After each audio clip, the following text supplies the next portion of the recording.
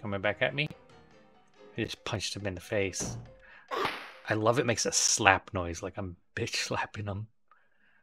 Look at those teeth on that thing. Oh god, don't force me into a different perspective. Jesus, that's terrible. Oh, I'm not going to survive if it keeps doing that. It wouldn't be a Resident Evil game if you didn't get unfairly screwed over by the perspective. Welcome back to Martin Saves the Universe. I'm Martin, and on my endless journey to play my thousands of games, we have Alone in the Dark. This is the spiritual predecessor to Resident Evil, and generally considered to be the first 3D survival horror game. We're going to begin a new game.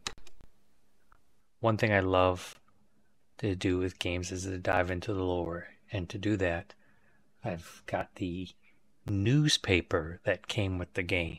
It's just like a little newslet thing.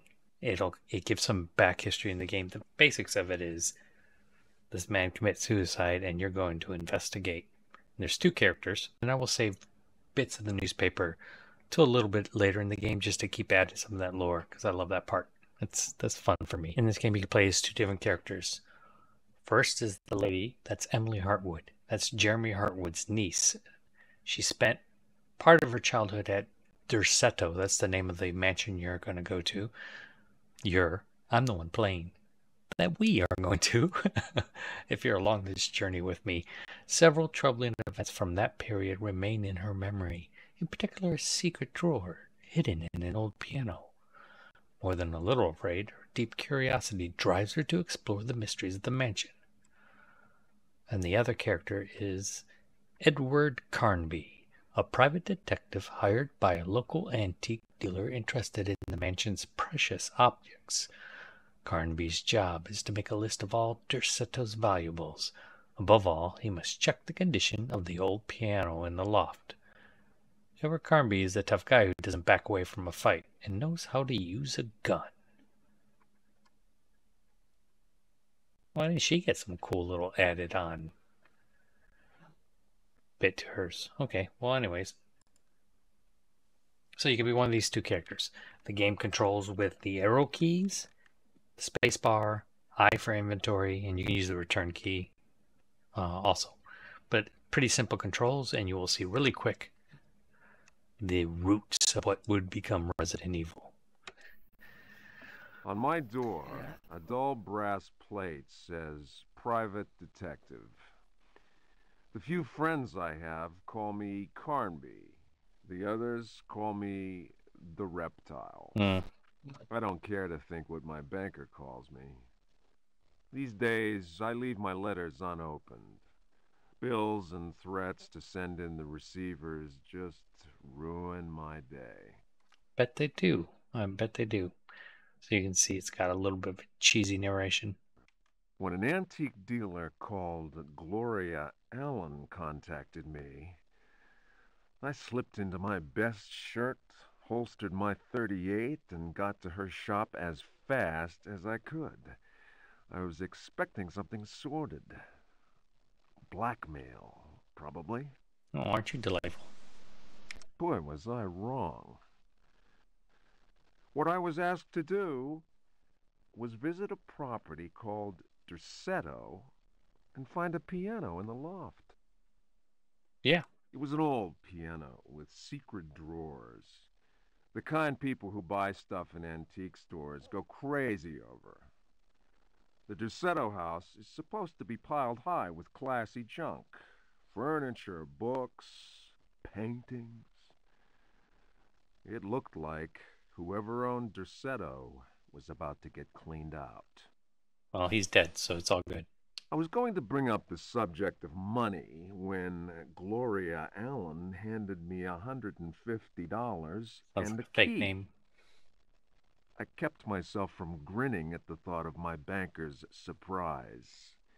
He doesn't like his victims getting away. I looked over a copy of the police report. The former owner of Derceto, a guy called J. Hartwood, had hanged himself in the loft. The coroner concluded it was a clear-cut case of suicide. I promised Gloria Allen I'd give the place a look over. Very wordy intro. My report will be ready in a couple of days. He sounds bored. I've been reading up on the history of the old house. It's the kind of place ghosts run away from in terror. Grisly murders, curses, lunacy. Luckily, devil worship makes me smile, so this is my idea of a paid vacation.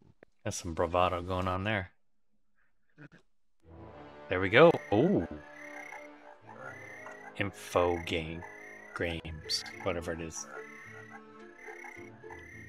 Heavily inspired by H.P. Lovecraft, as you'll see when I read more of the newsletter later.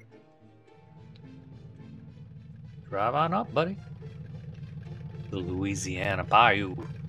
Oh, watch out, frog. The frog was a slee stack.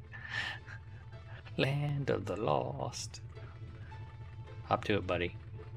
I had to, sorry. I love the 20s time period. You don't get a lot of games in the 20s that aren't gangster games. Look at all those polygons. Careful, man. You're going to cut somebody with those. Why'd you park all the way back there? Clearly the gate is open. Wait. Oh, you were dropped off. Oh, look at the creepy hands. Something demonic is waiting for you.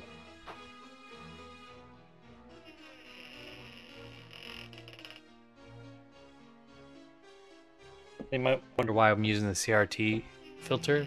This is such an old game that the resolution is 300 by 200. So when you run it bigger, it looks like a butt nut because it's made for screens that don't exist anymore. So that's the filter supposed to simulate kind of what the screen kind of softens the image. Gonna head on straight upstairs. I'm not controlling this yet, by the way. This is all intro. He knows exactly how to get to the attic. Nobody's there minding the house. Oh, that armor's gonna be a problem later. I can feel it already. Look how he climbs the stairs. Oh, he's pretty scuffed too.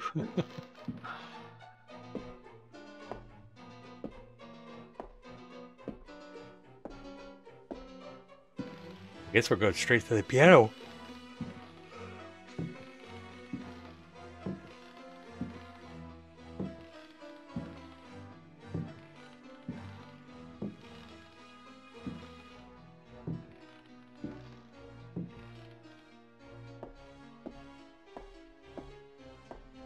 Right up into the attic.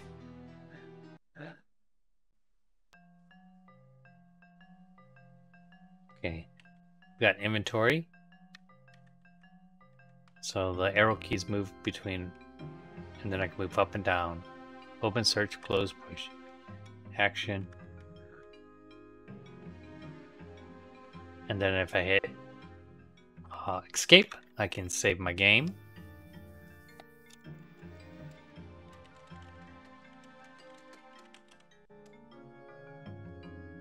That sounded like a Cinemax movie, but okay. And then we can like explore the place. And I already know from my test what happens here in this room. At least what happens pretty quickly. Is that in my inventory now? Yep, sure is. Use, reload, throw, drop, and put out. Okay. No, I don't want to. I'm already going to be fighting. Stop! Okay, you can hold up.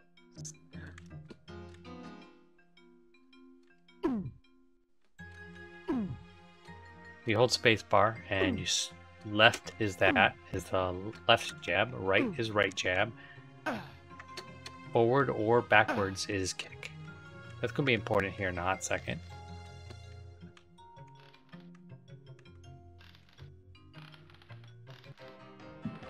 Uh-oh. Look who's coming to visit. Look at this son of a bitch. Okay, coming back at me. I just punched him in the face. I love it makes a slap noise like I'm bitch slapping him. Look at those teeth on that thing. Oh god, don't force me into a different perspective. Jesus, that's terrible. Oh, I'm not gonna survive if it keeps doing that.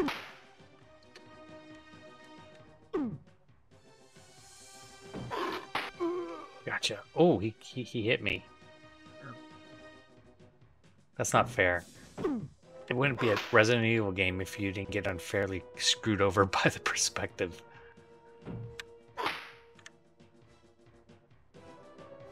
I do love just smacking the crap out of this thing. What? What?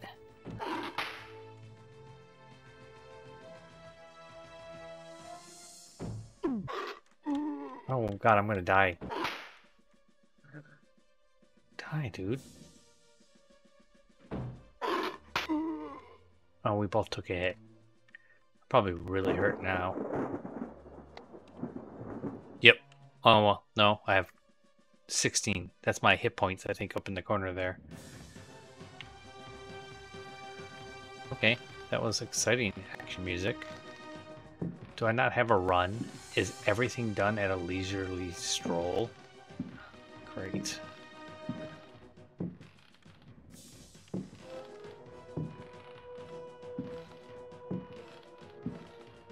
Oh, come on, really?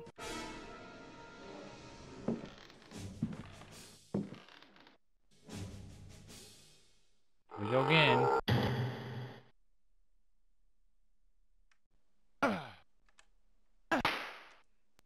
Okay. At least he moves slow as shit. Kick the crap out of you, dude. Kung Fu! Come on. I remember George Romero's Night of the Living Dead. They spent the whole movie just judo kicking people and kicking zombies. I don't know if that's a zombie. It looks like it's a zombie or a ghoul. Who knows what the hell these things are? What was that other thing? It was like kind of like a werewolf. A werewolf that you can just slap a whole bunch of times and it dies. There we go. Oh, that's nice. Okay.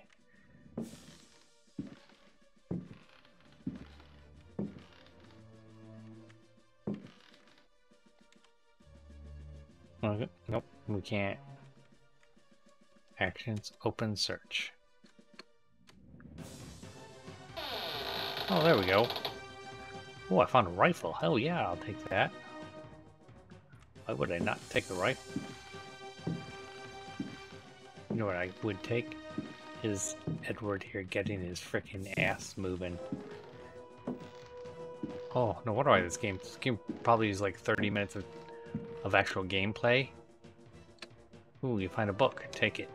Yeah, I'll take a book. Why not? Nothing important. Okay. I hope it's not going to just completely bombard me with... So you hold spacebar for him to search. Nothing important. Okay. Good, good, good.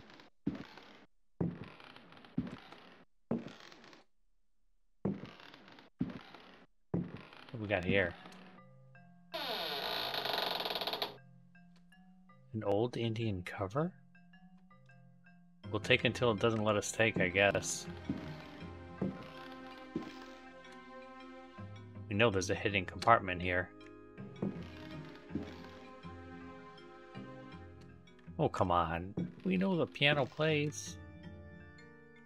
Oh, you're gonna be a little butt to me, aren't you? I bet I have to put a candle up there. See that little thing there? Probably a candle. Alright, Edward. Let's go over here. I wish you could turn the music quieter instead of just off. Oh, it doesn't even work. Supposed to be able to turn the music off.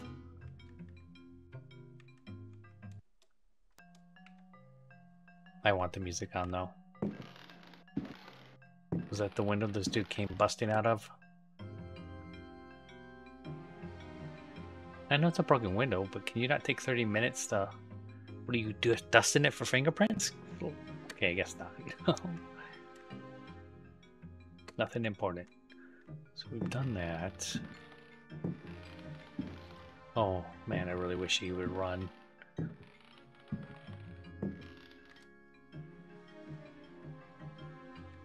You don't have to play with it.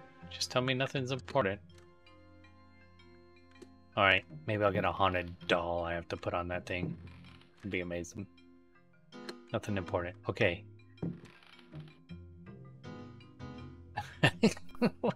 Look at him. Oh, okay. This is fun.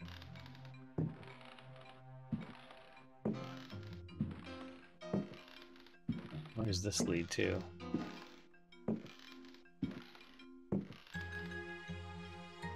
Is it a door or this came with the game. It was a little add-on like to add the mystery, and it gives you a good background to where the game's going. It's the Mystery Examiner, 5 cents.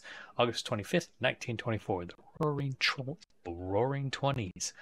Tragedy in Louisiana. The Louisiana police returned with a verdict of suicide. When Tragedy Strikes, by William J. Herbert, editor of the Mystery Examiner. It is with heavy hearts that we announce the death of Jeremy Hartwood. Our readers will never forget his outstanding talent, first revealed in the columns of this newspaper. The son of a respected Arkham family, Jeremy's interest in the arts was encouraged by numerous fine teachers. He himself spoke often of Pickman, who introduced Jeremy to the wonders of painting. Hartwood's very first sketch for this newspaper is still famous. Our extensive investigation into the Isthmus affair fired the imagination of our youngest staff member. The boldness of his draughtsmanship, coupled with the uncompromising vigor of his palette, shed a chilling light on the sinister tragedy that befell that unhappy New England town.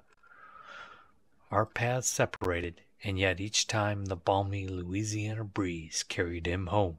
He never omitted to drop by to sniff the final proof, as he invariably put it. He knew the welcome would always be friendly and heartfelt. We won't forget Jeremy Hartwood, an artist whose talent filled so many of us with wonder. To have been a friend of such a man is a source of pride. His memory will forever be in my heart.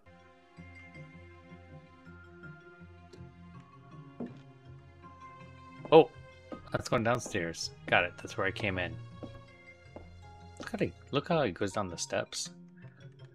That boy's rocking a low vest and a bow tie. He does look like he's not messing around, I'll tell you that though. I'll take a bow. Why not?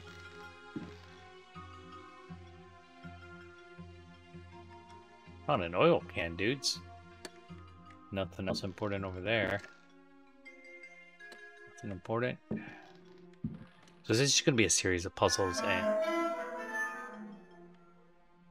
What? Nothing important. In there.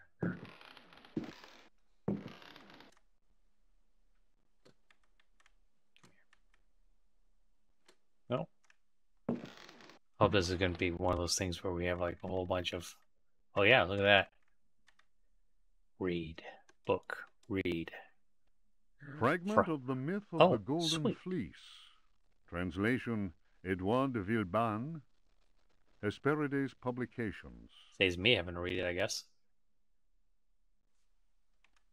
Then Perseus came across Ichios, who had been turned into stone. That's going to happen. He spoke to his companions and said, "Beware of the Medusa.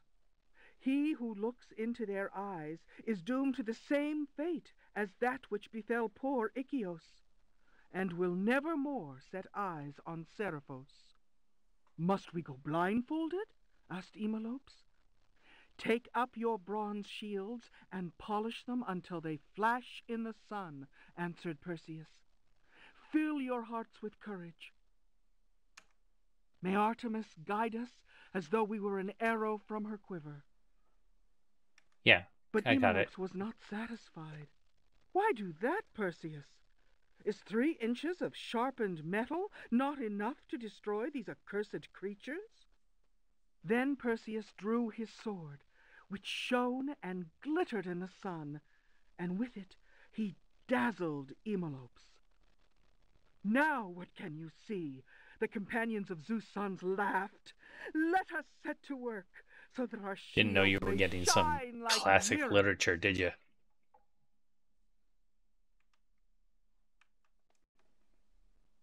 Okay, I read the book. Do I have the book on me still? Do I need to have the book? Oh, that was it. Once you read it, you're all good.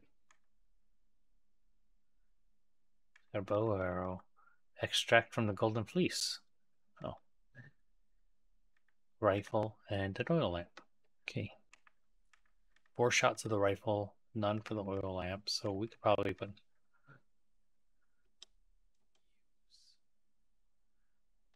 So that filled our oil lamp up, right? Oh, yep, sure enough. And it's got like a countdown of 50, whatever that's going to mean.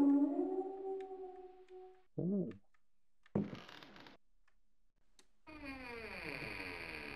Look at that. Texture aliasing going on that now. That's nonsense.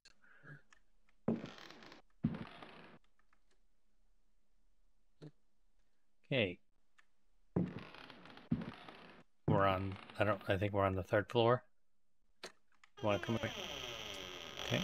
Go in here. Let's see if we have to fight any zombies. It's locked. I don't have the key to that. Important. So my job is basically to snoop around here.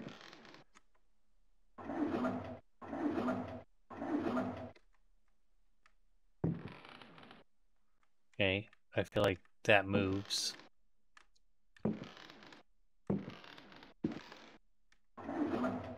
Oh, you found a key. Take it. Well, that was an easy puzzle. Chair's in my way. Get out of my way, chair. You don't belong in this world.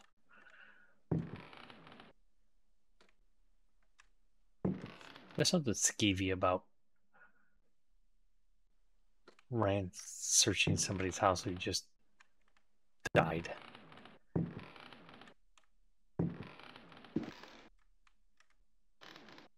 Oh. Will it use the key? Nope. I gotta use it.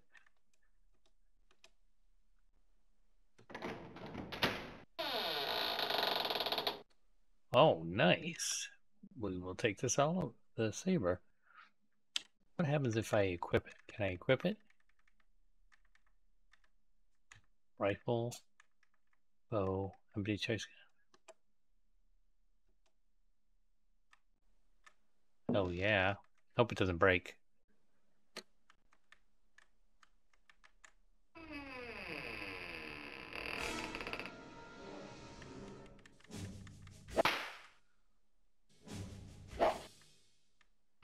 I had like some delay going there.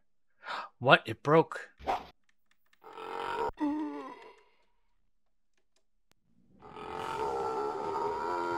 Okay.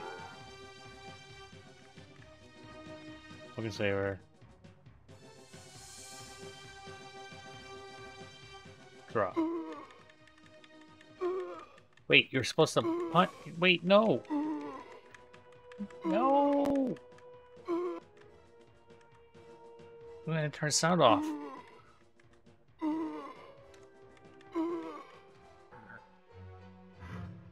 This is the death scene, so I guess we'll let the death scene happen. Oh, he's just dragging his lifeless corpse.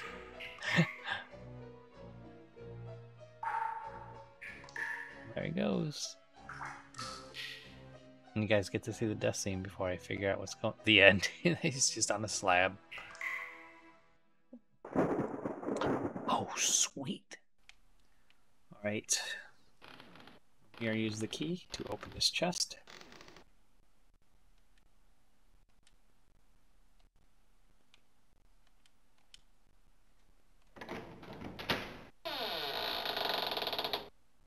That saber, although I'm pretty sure I'm not supposed to fight with it based on previous...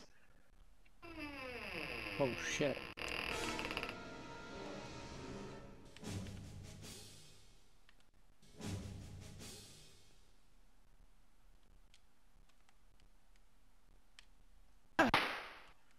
Kick you right in your junk.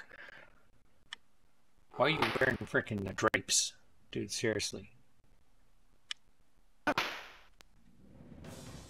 Little spindly zombie legs and arms. You got a polygon for your hand. Literally a single polygon. Actually, you don't even have a full polygon. You only have one side.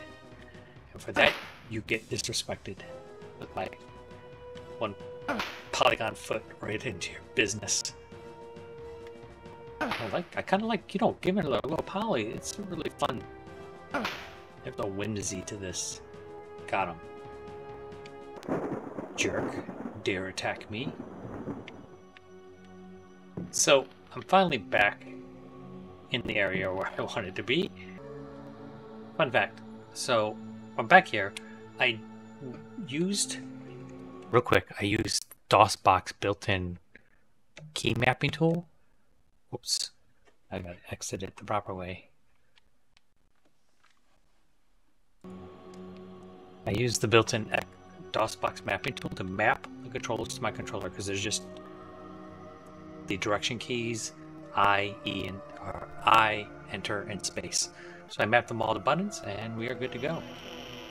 Makes it easier to play, and I can sit back a little bit.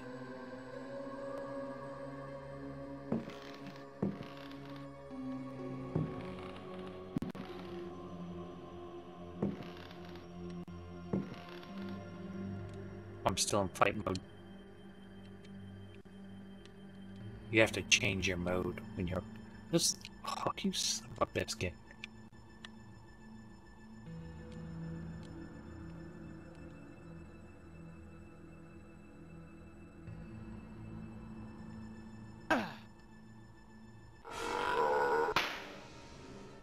Ooh, he straight up punched him. Okay, let's turn that. I don't care that you're wearing a different tablecloth. I'm still kicking you with the same gusto. I'm not gonna waste my bullets on you. All I have to do is keep kicking you in your dumb face. This. It's like he's hopping on one foot. Ready to unload. This is, of course, the traditional 1920s fighting move. Oh, he exploded into purple bubbles.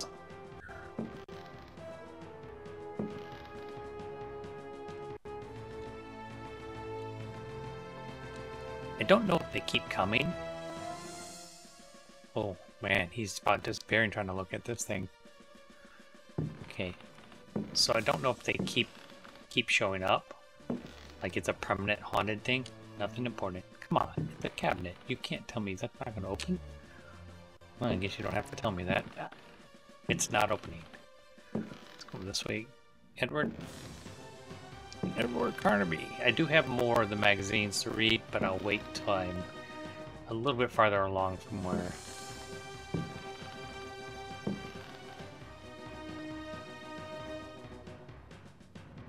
Nothing important. Got a teddy bear cam here in 1920s.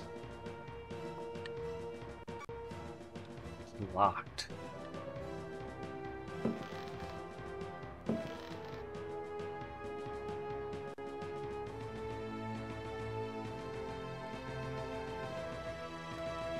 Keep doing that, aren't I?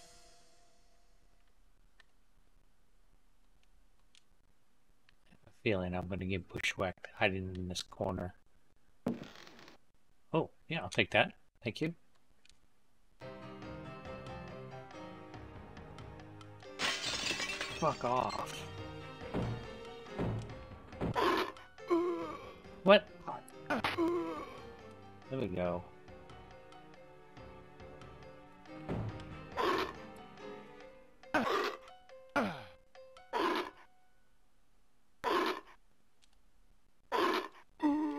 Oh, that's bullshit. Can you hit him?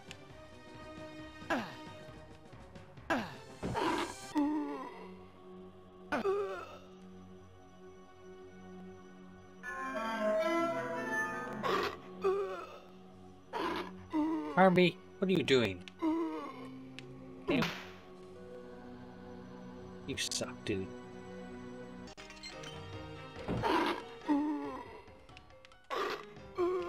You suck. He's trying to open the door. That's what he's doing.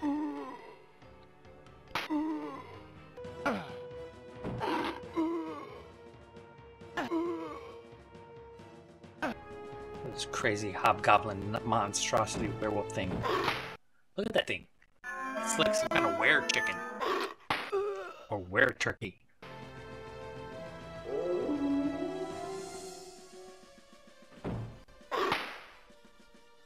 Got him finally.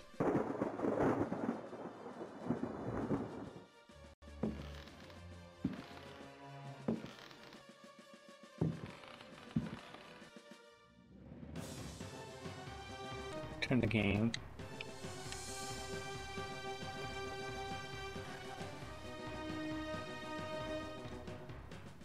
I'm gonna try to throw that in a hot second, but let's open search. That's a chair, so we don't care about the chair. Nothing important there.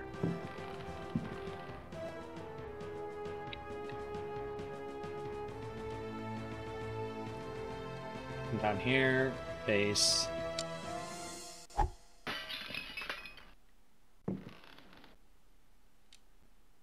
the broken base. Take the key.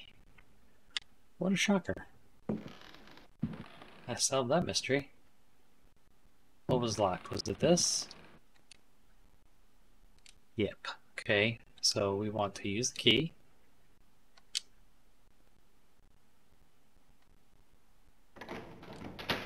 And we got a small mirror. We're just collecting all kinds of junk. I don't know what any of it does. Okay.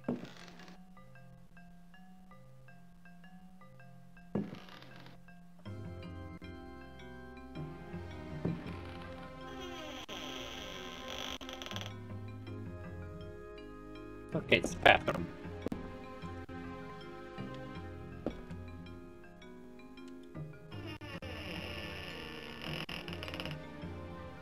That first aid kit, which we're not going to use yet.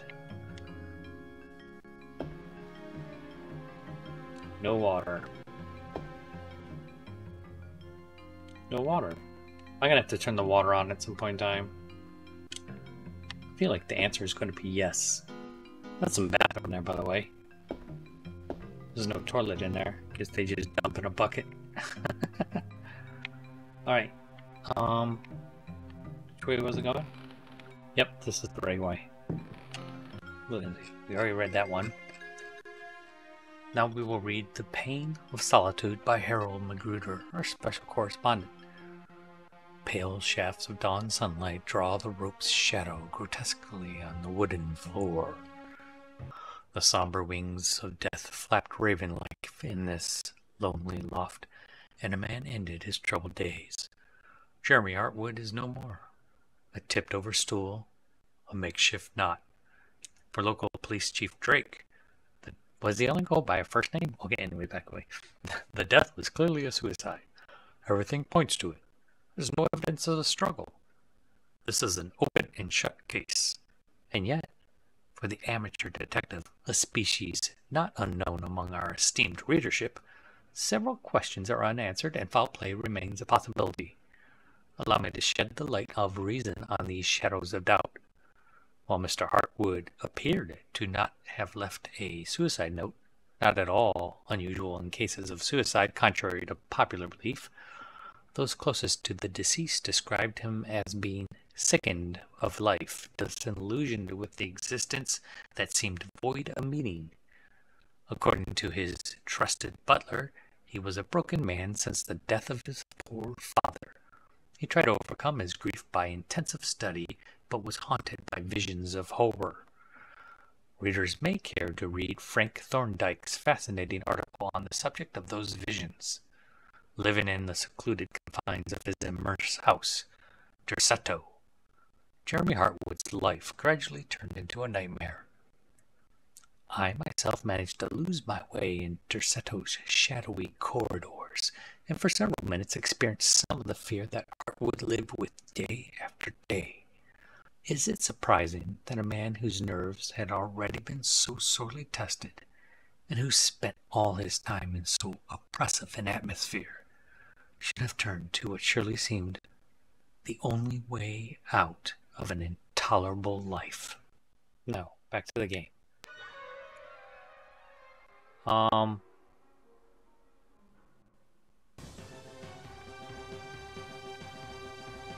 to see if it moved. Shit. A rifle.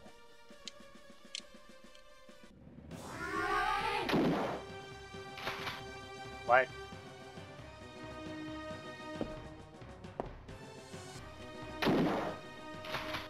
That does not do anything.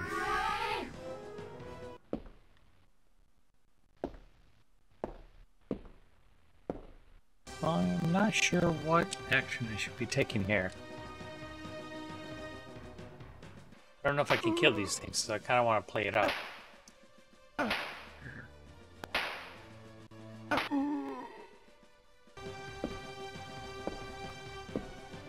I just climb over here?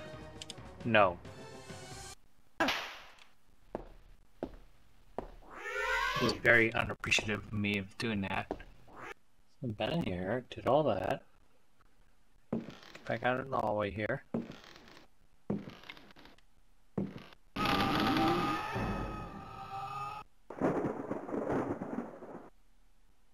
That just happened.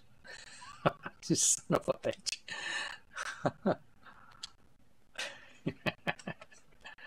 Oh, you can't walk back over the. You can't walk through that center. That's. How have I not stepped on that before? So the book hinted at this. So let's see if we can do this.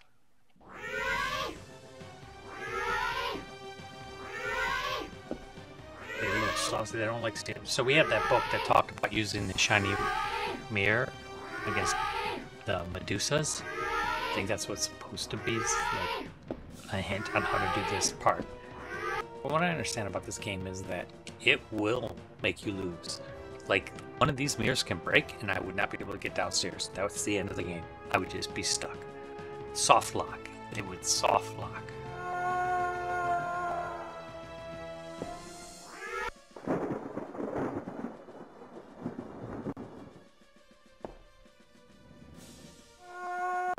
There you go. Die, die, die. Nice. That pleases me. Now we've got that done. We can actually make some progress.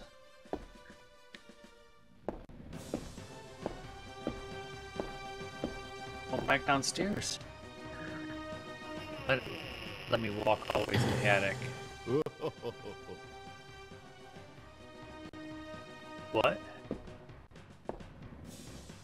So you gotta be very careful not to break anything.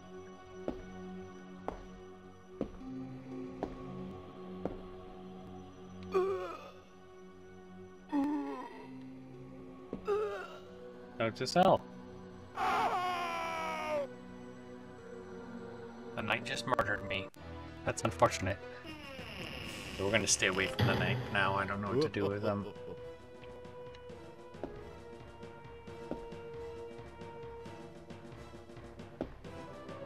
Okay.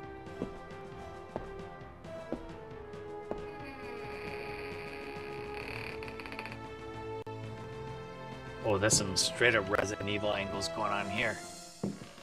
I always liked it because it really made you feel uncomfortable.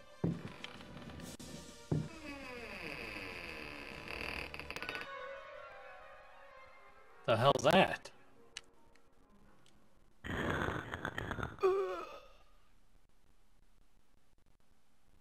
Something in there I need to find.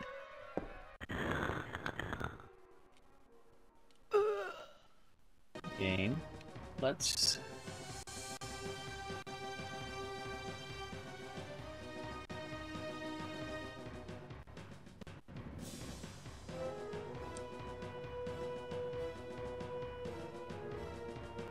Let's drink the healing stuff.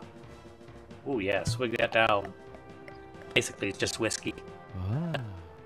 Oh, well, look at that.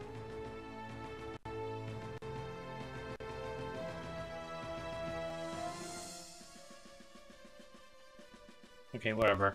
I don't need to put it away. Okay, let's go around this corner.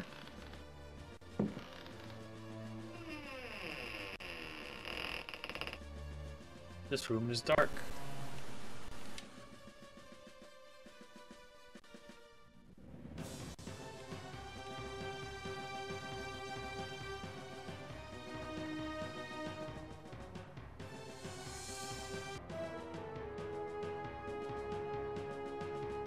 I bet I have to light it.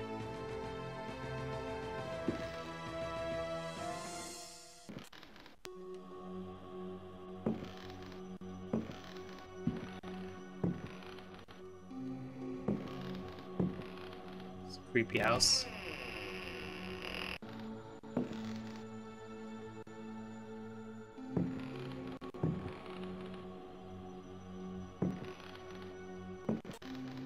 Oh, good God. Look at these angles.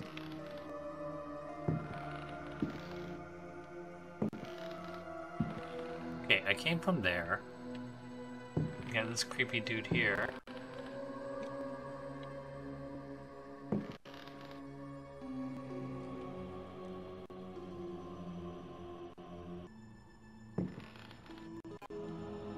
There we go.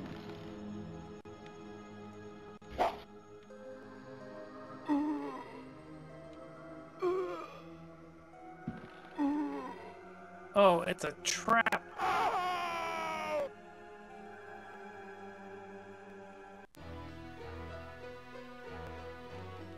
Okay, we're done for now. I've grown to appreciate CRT dot matrix lines and stuff for these to resemble old TVs, because it really, I think, does make the game look better. And I used to rail against it. I used to want to always use the upscaling things. Let's go this way. Was that a basement? Oh, snap. I don't know if I'm ready for that. What's my health look like? 11? Alright, let's go this way.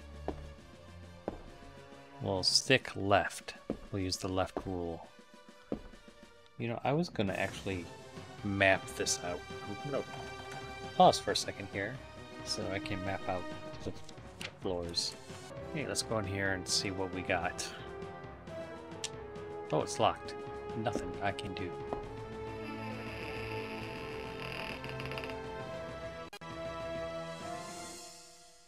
Okay. That's cool looking. Man, sometimes the Resident Evilness of this game really hits ya. Oh no.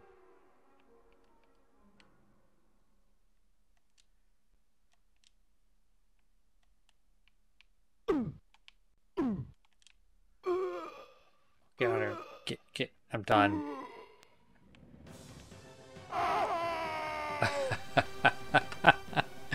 You suck so bad. Okay, there's a door straight ahead, or is this what's in this door?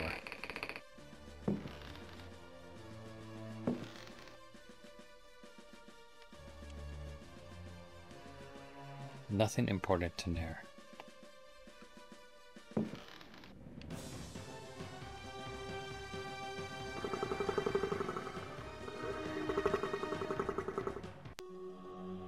I don't like the sound that made.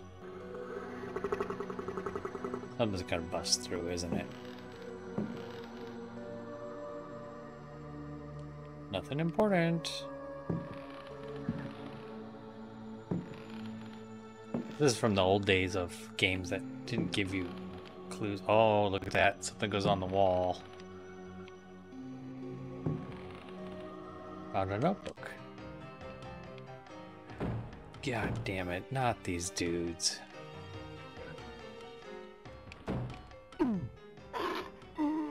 What? No, him. There we go. Oh, He's gonna take me out. Oh no. He's gonna get me. Is it done for? Oh, it's done for. Thank goodness. Okay. We're gonna use the first aid kit. Oh look. It has a flask inside it. Okay. Let's use the flask. Eat and drink. Oh, look at him. Nom, nom, nom. Oh, you feel better. I feel... How much better do I feel? 10. That's not as much better as I want. It's barely enough to counteract that dude jumping at me. Damn it. What about the notebook? Let's read the notebook. Diary of Jeremy Hartwood. Oh, his diary. Nice. September 27th, 1924. I have decided to keep this diary. Too many inexplicable events have taken place recently. Never have dreams so haunted my every waking moment. Perhaps my romantic mind was too dull, and has only now woken up to these new paths and visions. Some, seeing my recent paintings, may question my sanity. I do. I can only ask them, what is sanity? Where does madness begin? Pretty much before you. September 28th, 1924. The night is pitch black. I am again drenched in sweat. I was wandering in the dunes, among giant standing stones. They were arranged in a circle, and the wind whistled about them. I plunged my hand into the soil and felt that repulsive thing which was trying to catch me. I'm going to stop right here before we go to the next one. Can we say kudos to this 1992 game? I forget how old this game is. Super old game. I want to say 1992. Anyways, can we give them kudos for hiring real voice actors? Games of this time were notorious for having basically what's got to be the programmer's voice. All right. It seized me. I struggled to break free of its loathsome embrace and managed to tear my hand away. It was covered in sticky substance. I was gripping a knife. October 5th, 1924. The stone circle is a pentacle. Derceto's library is filled with books on the occult. I will study those books until I find some explanation for the dreams. The visions that haunt me must be connected to my discoveries. I shall have to undertake a profound exploration of my dreams. December 16th. Dear God, I have found the knife. It was hidden here, and what I have learned fills me with apprehension. It is a sacrificial dagger belonging to some unholy cult. The thought of that blade tearing through human flesh horrifies me, yet I must continue my research. Derceto is a storehouse of treasures. How does he not know what is in Derceto? It's his house. I assume he must have inherited it or bought it from somebody who was culty, I guess. I don't know. The voice acting is hammy, but it works really well for this kind of story. Was my father right after all? Was my father right after all? Good question. January 23rd. I spend all my days plunged in dusty books. The servants are convinced I am mad. At night, I awaken them with my screams. The dreams are draining what sanity I still have. I have tried staying awake, but in vain. My visions have changed. No doubt the influence of my father's research. Okay, so your dad was a nutcase or a cultist. February 7th, 1925. The Dark Man, that is what I call him, has revealed his true face to me. He appeared, as usual, near the fireplace, but this time he approached me. Excuse me, sir, would you like to buy some encyclopedias? His terrible smile will haunt me to my dying day. His breath was ice and his burning eyes froze me. I could not move. I know, as surely as I have ever known anything, that the face I saw, the face that has turned my nights into hellish torture, is the mask of death. Ooh, man, you do like to lay it on. March 10th. My exhaustion is beyond description. The endless reading burns my eyes. It seems that pirates frequented the area. Dr. Herbert insists I keep to my bed. I have moved to another bedroom and sleep much better now. The Dark Man has not gone, however. I know it. He will wait for as long as he must. Oh, nice. Unless I, Jeremy Hartwood, can find a way to send him back to whatever hell he comes from. I think that's my job, dude. March 11th. My poor knowledge of Greek and Latin is a serious handicap to my reading. I have, nevertheless, made a great step forward. I drew the symbol on the floor. He can no longer go there. I want him to understand that I can do the same thing in my bedroom. I can imagine his rage and frustration. Only last night he found his way back into my dreams. I like this narrative backdrop. March 13th. The translation will seriously dent what money I have left. I cannot paint. My pictures are clearly the work of a lunatic. The collector Thornhill's embarrassed smile was proof of that. March 29th. March 29th. He has come back. He found the door to my dreams. I am too weary to attempt any defense. I have no strength left to fight, and he knows it. He considers me dead already. Could I possibly? Get some Grey Poupon. March 30th. How ironic! The cave my father sought for so many years is here! Beneath the house! Of course it is. Wait, the butler discovered a crack in the cellar wall. A breeze blows in through it, icy and repugnant. I am filled with horror at the thought of my father dying in this place. I will carry to my grave the vision of his face contorted in the agony of that fatal heart attack. I think there's probably more to that heart attack than we're getting here. His body was twisted. He had wept. His fingernails were torn and bloody from scrabbling at the floor. Dr. Gray concluded that death had been due to a heart attack. It was Waits, who some time later was informed that my poor father had in fact bitten off his tongue and choked on his own blood. Oh, okay. Not a heart attack, definitely. Also, maybe a tad down on the melodrama.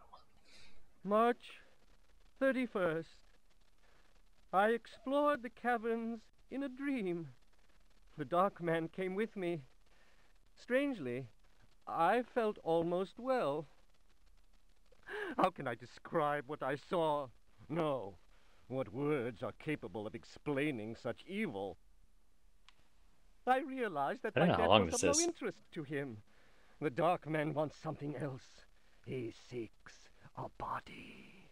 His avid servants are now free. I am the cause. It is almost funny. Do like the descent into madness it's conveying. A curse is on Derceto. From the foundations to the very rooftop. I can no longer struggle, let alone eradicate the evil that grips the house. The end is very near. I can feel it. I have taken the decision to... May he who finds this diary pray for my soul. Sure, why not? But first I'm going to probably get some like breakfast at McDonald's. Oh, that's it. That was intense. Okay, I don't want to redo all that nonsense, so we're just going to... Can I search this? Oh no, that's me trying to fight it. Now can I search it?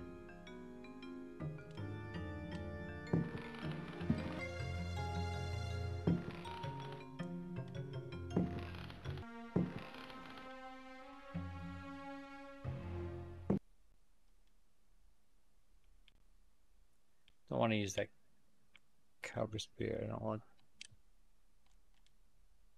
Oh, look at that. Aren't I a clever son of a bitch? I may have played a few games.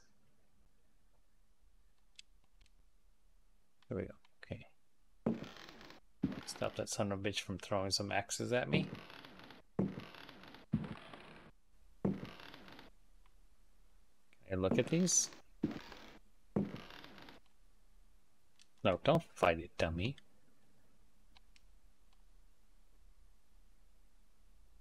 Nope, just horrific paintings that he painted in his madness. Got it. You can't presume there's nothing hidden because these kind of games don't always give you clear indications. Were there 3 on that wall?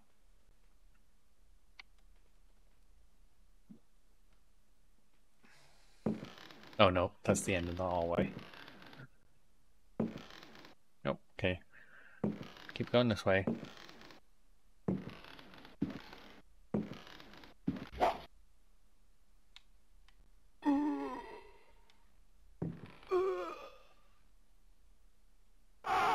Oh, I thought he was about to matrix it. Question, can I get by it without having to...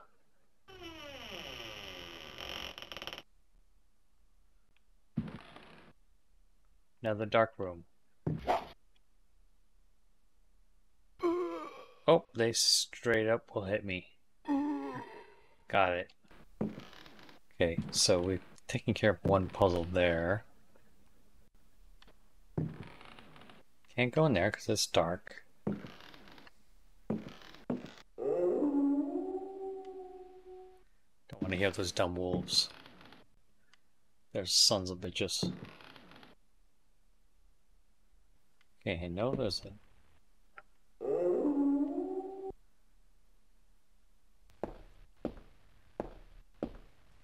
I feel like I'm making progress, so that's fun.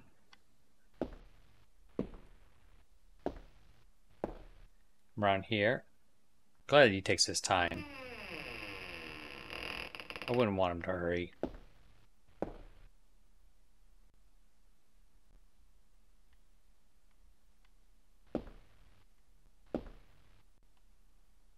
Nope, don't fight it.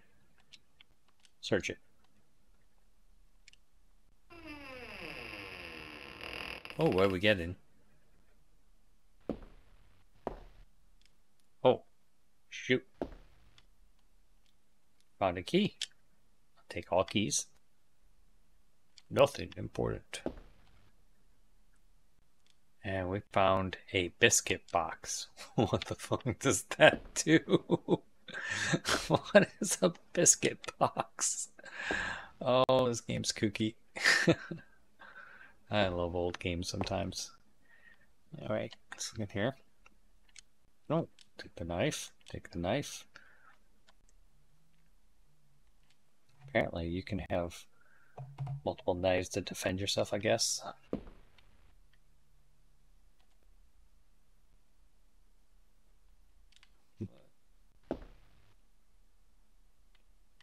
Whenever you see something shaded different, that's a sign something goes there.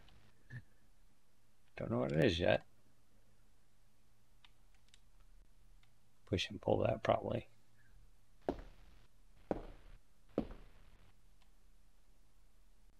No water. I'm gonna have to turn the water on at some point in time.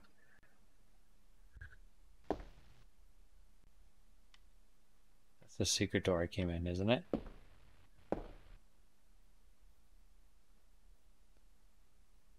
Nope, that's the door I came in.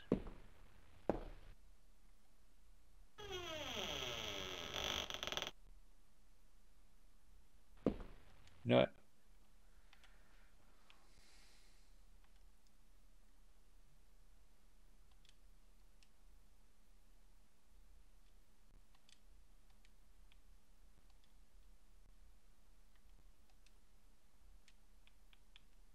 Biscuit box. Eat or drink. It's probably a healing thing of some form.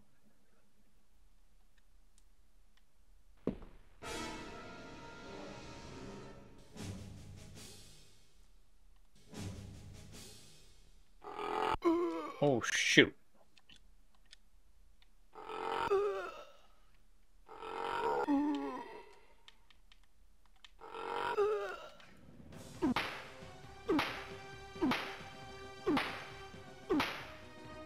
Congratulations, you backed me into a corner. Jerk. Okay, that dude's sucker punched me. I've got a box of shoes. Why not? You know I'm going to take everything. I'm a hoarder. There's no way I can take a chance that I'm not going to need something.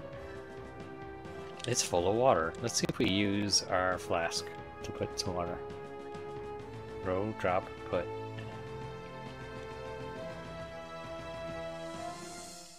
Okay. Do we have anything we can use?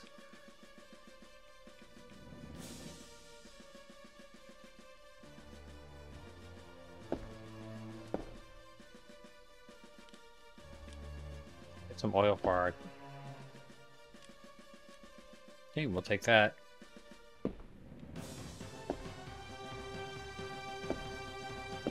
Unnecessary for them to rough me up so bad. Start dropping some stuff. Oh, how nice. Little can.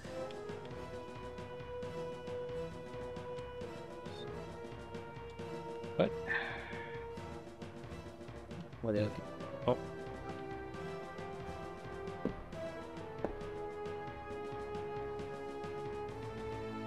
I feel like that's probably all we're going to use this for.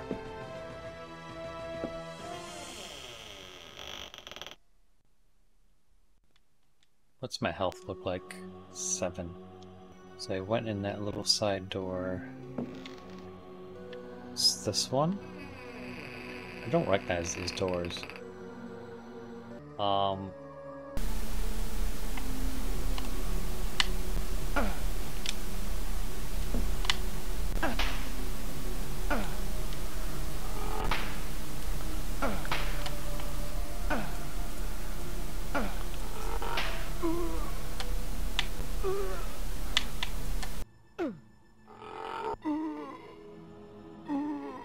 Oh, these scan me before I can...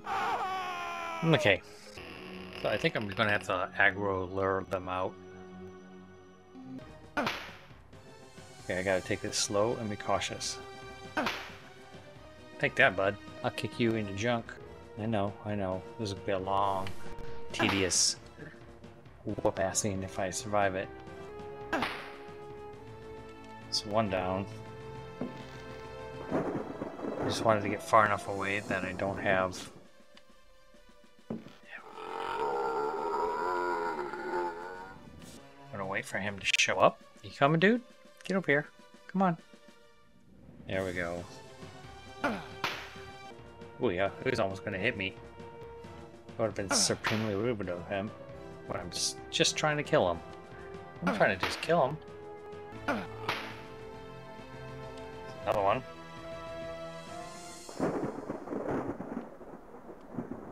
Who's getting up next? You are.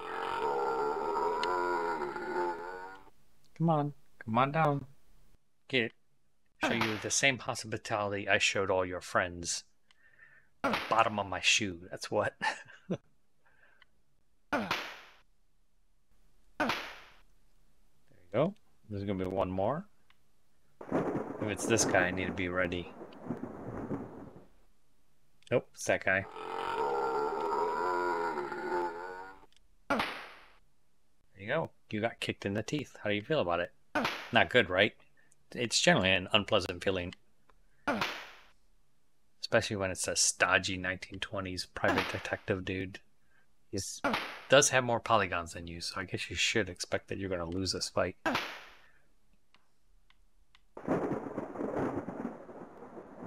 I know you're getting up, so let's just get it on. One. Tell you what this guy's doing after this. Save him for sure. I'm not going through this nonsense again. Come on. There you go. There you go. Join all your friends in kicked heaven. That's dumb. I regret even saying it. I am enjoying kicking the heck out of you. There you go. Okay, well, I killed all evil things in this room. Alright, let's search the room.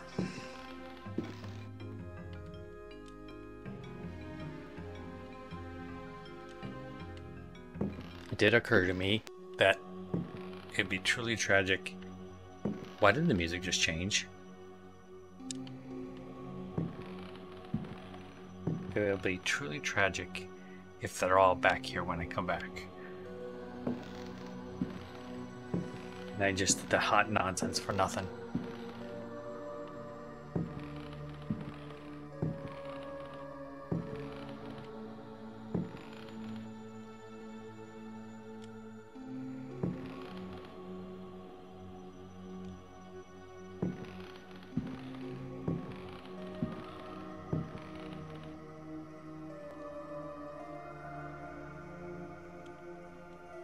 Just making sure that I guess that doesn't open.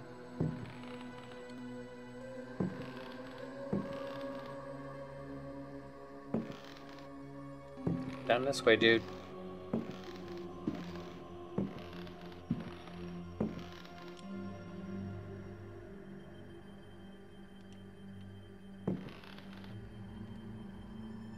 Nope, that's just decorative. Alright, cool. Little beans. Chair's like straight up in my way. Nothing in there.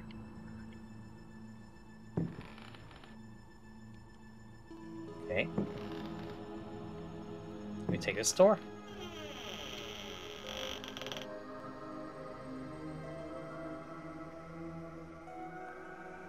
What's that?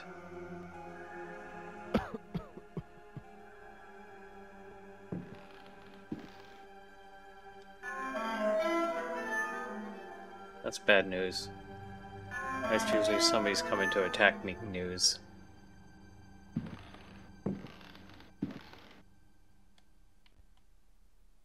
Right? I'm gonna hold here a second, see if that's the case.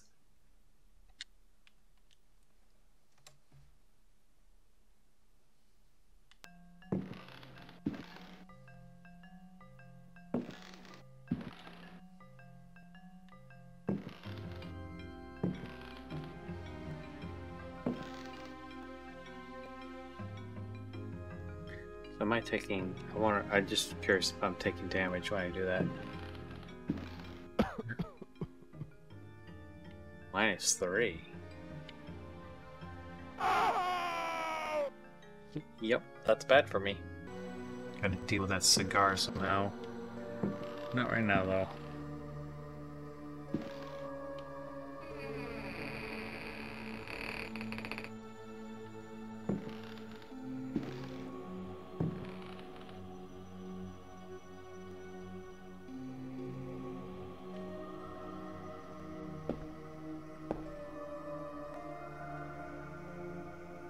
Was this hallway always there and I just missed it?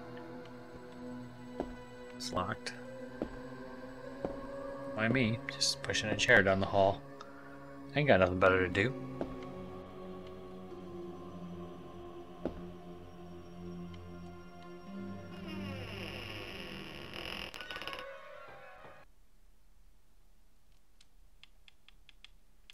I think this would be a rifle worthy.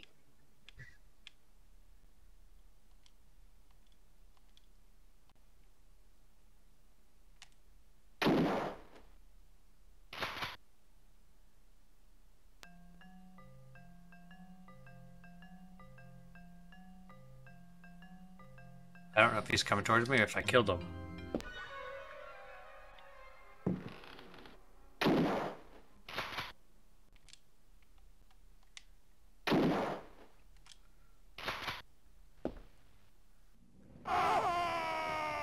Okay, that doesn't work.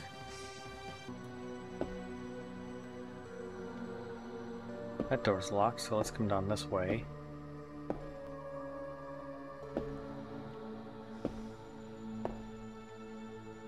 Let's just avoid the swinging sword dude for a hot second. Nope.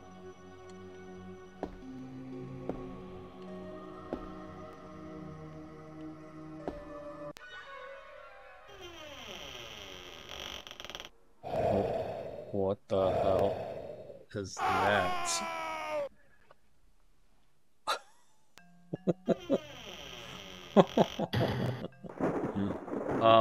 Can't go that way. What is going on here? We're basically having a saber fight. I guess we're not doing this. Oh, yep, he's okay as long as you don't muck around in his camp in the hair. That door does nothing. Okay, sweet. I now kind of recognize where I'm at. Okay, there was a dark room here somewhere. Or I kind of forget.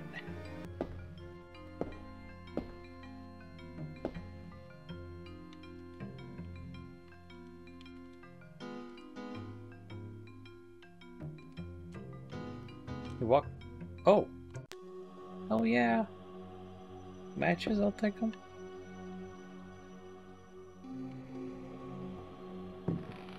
Aha.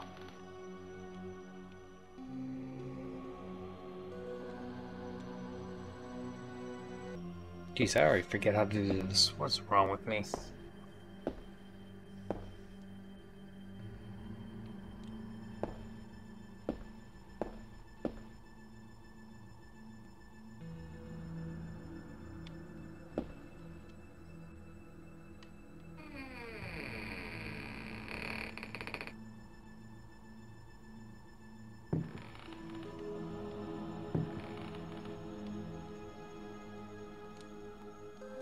Okay, I like that.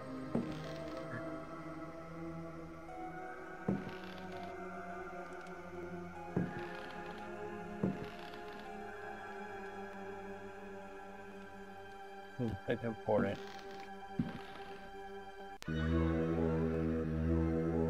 Okay, let's leave. Made a ghost angry or something. Don't follow me. Don't follow me. Don't follow me. No. It followed me. Okay, so you can double tap to run. I'll take a pot of soup.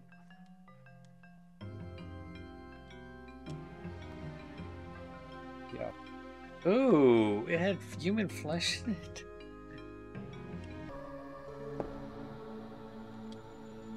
It's almost like the point you gotta like purposely not use items before you save.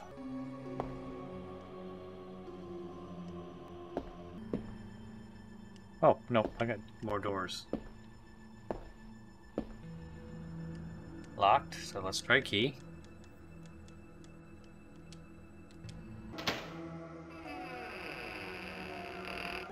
Okay, so that unlocked that door. That's good to know. Ooh, I don't feel like a basement's where I want to be right now.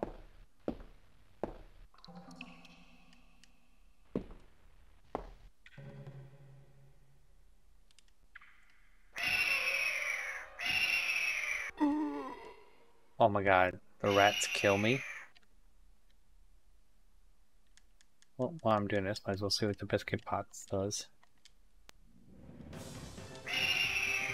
Gives me 5 hit points.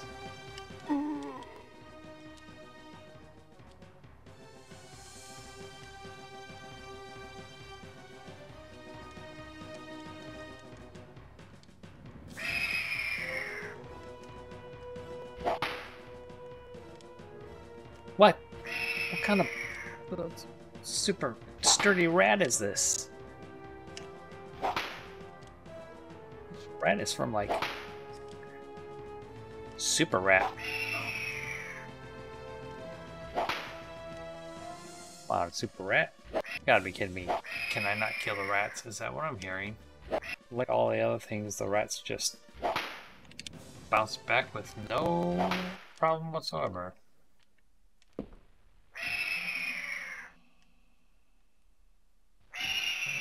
Get out of here, you dumb rat. So I can't go in the basement because of the dumb rats. Invulnerable rats. Great.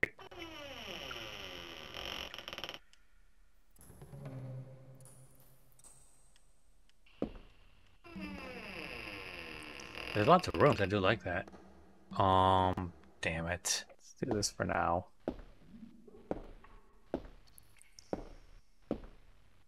Oh, fun.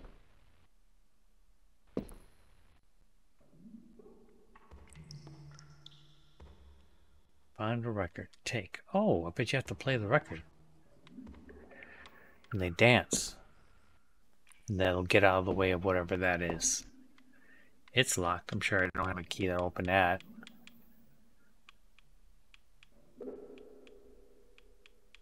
Nope. Okay. That's locked too.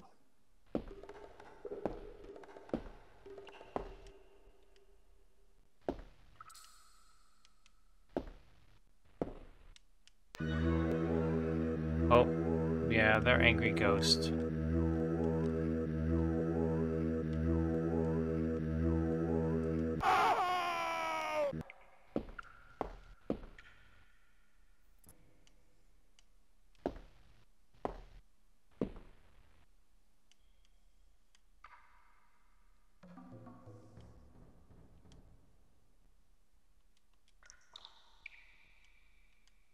I'm gonna need a photograph somewhere. Let's get up these stairs, buddy.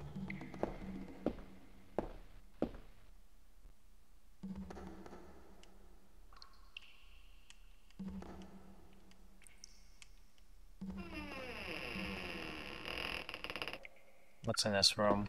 I forget already. Oh, okay, so let's do this. And we're gonna go this way, because I don't really want to piss that ghost thing off again. Ooh, there's a record player. You find a gramophone. You cannot carry anything else. Solid. Solid, solid.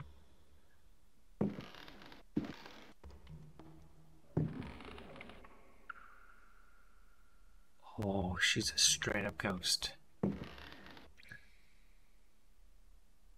Look at her. That's awesome. I dig it. Photo of Jeremy with his niece. Alright, what can we drop? Put down that dumb box. I don't want to aggro this thing, otherwise I would throw it.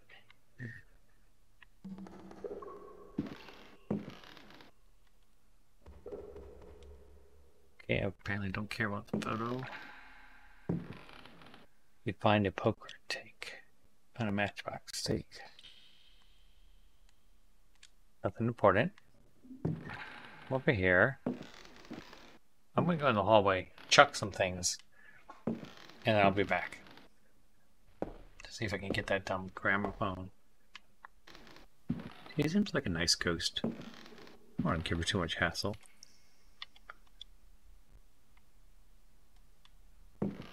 Make our way back and we go play music for those dudes. Come on.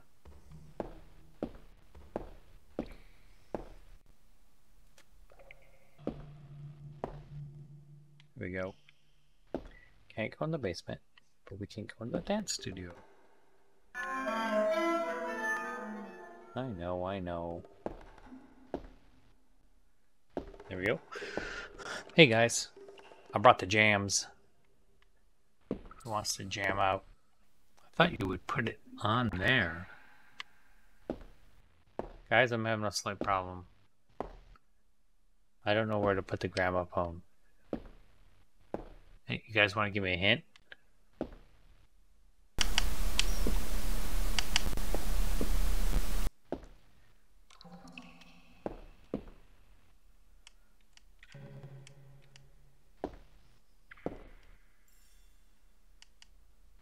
Can't go in the basement because I can't kill the rats. Sweet. I was a little worried there.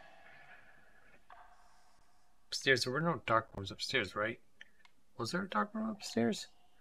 Let's go look. I already don't remember. What the hell? Get up there.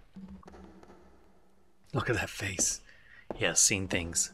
I mean, literally, in this game, he's seen things. Dude, he struts.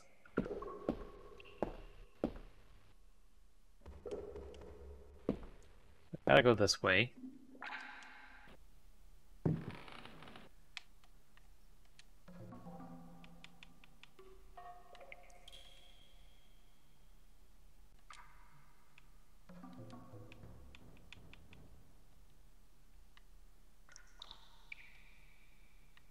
Nice. On a very heavy statuette. You cannot carry anything else. Great. Take the book. I do want to put something over here.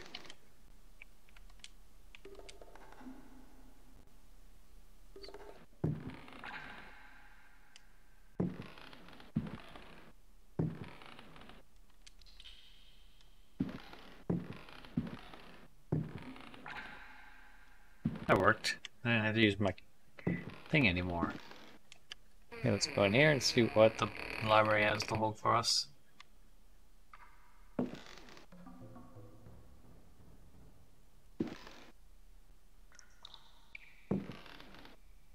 Oh, god damn it. What the hell are you?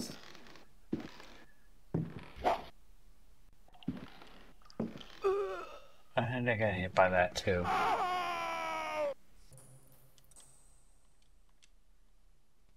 A Brightness from Afar by Lord Boleskine, This should be a an hit. account of his celebrated voyage to New England, 1824, Alistair Publications, Cambridge.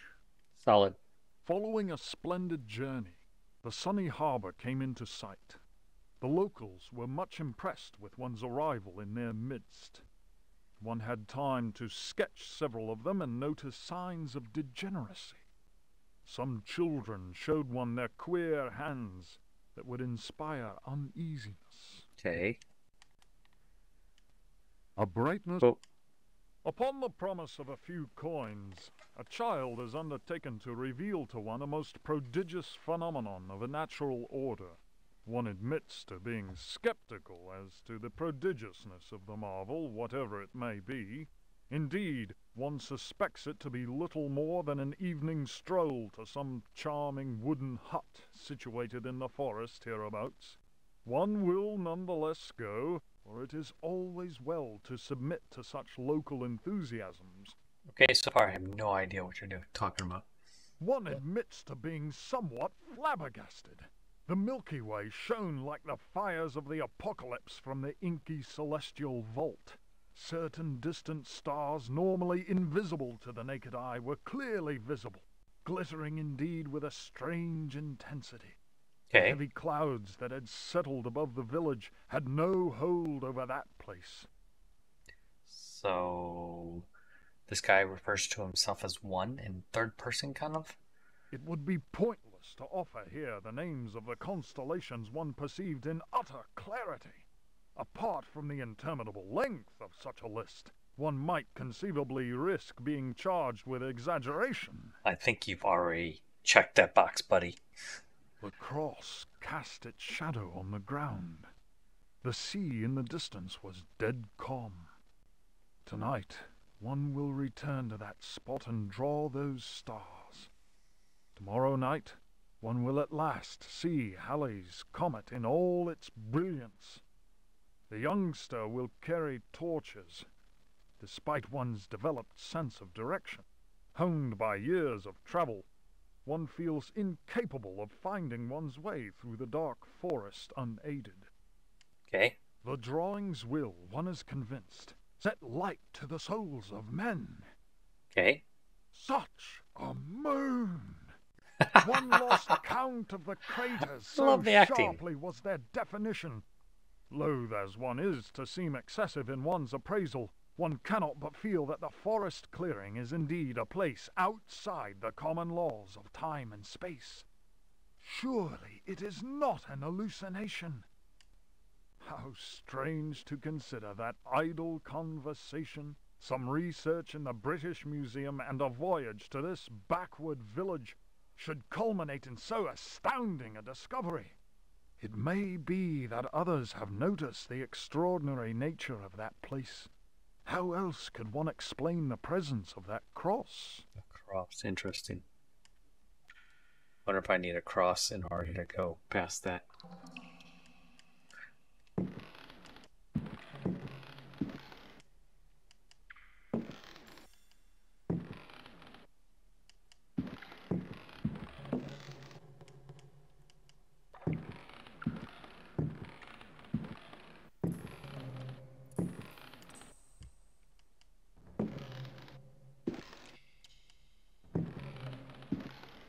I'd love to get the healing item out there, but that dude's just gonna jack me up.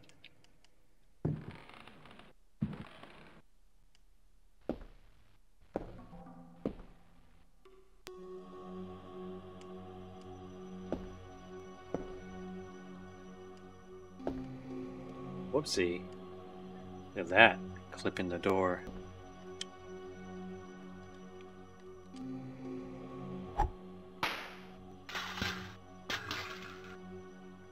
Legit.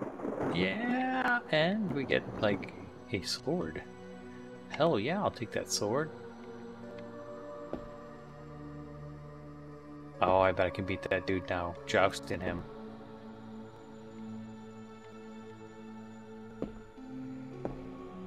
Man, there's so much to do in this game. I mean, all games are like that. It just seems a little more intense because the janky nature of it being an old game. Keep on down that hallway, dude. Keep on creeping. Keep on creeping. Keep.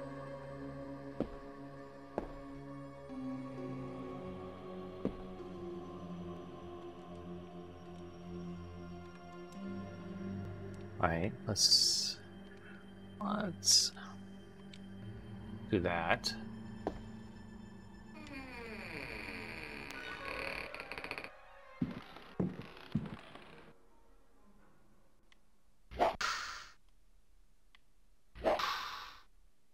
You tell me I can't hit him? I got like a legit sword now, dude. Okay, so you can kind of duel him.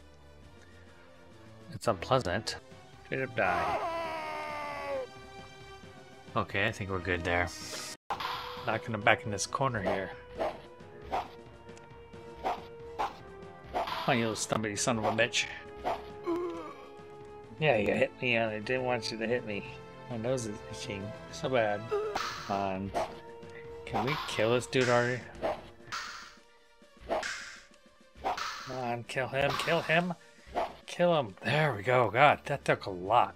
That took a lot. That dude did not want to die. He was insistent that his life had more value than, well, not life. I don't know. He's a weird pirate ghost thing, I think. Found a key. Found a ring. Let's take that ring. Alright, sweet. That was exhausting. But it is done. Action, search. Yeah, that bucket means nothing to me then.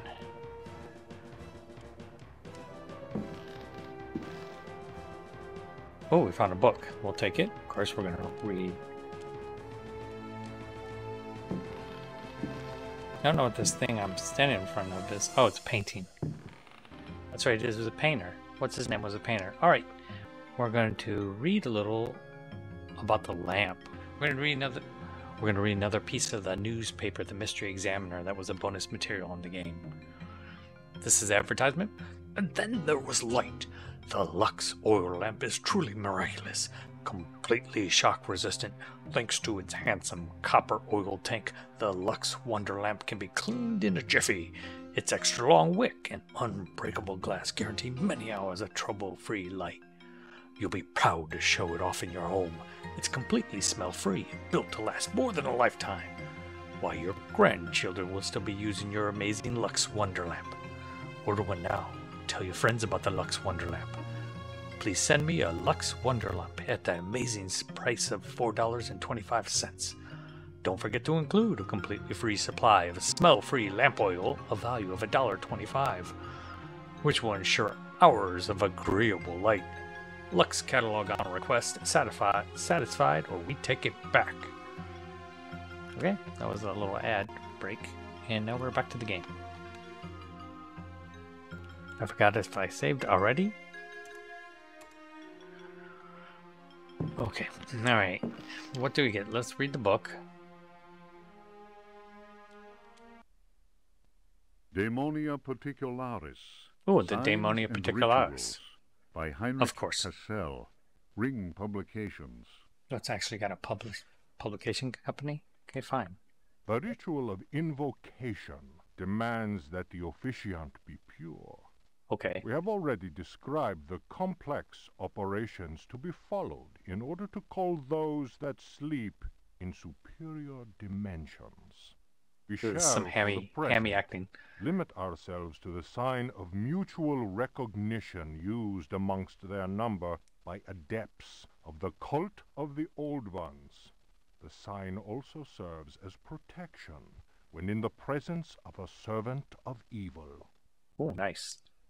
The sign resembles a blessing, save that the first and little fingers are both folded beneath the thumb, whilst the second and third fingers are held up. It would appear that this sign has no effect on adepts of a certain rank with knowledge of particular secrets contained in the corpus demonicus. Oh, so The use daunting. of such signs is not without considerable risk to the user during any attempt to call upon those from without. Oh, there's something about a sign. This is all supposed to be a hint for something coming up. Alright, well, we'll try to remember that.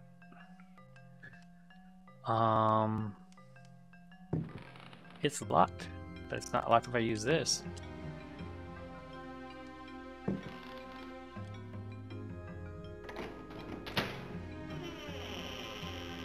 There we go. Straight on in, buddy. Aha! So we have another way into this room. I put the photograph down somewhere? Is that what's happened?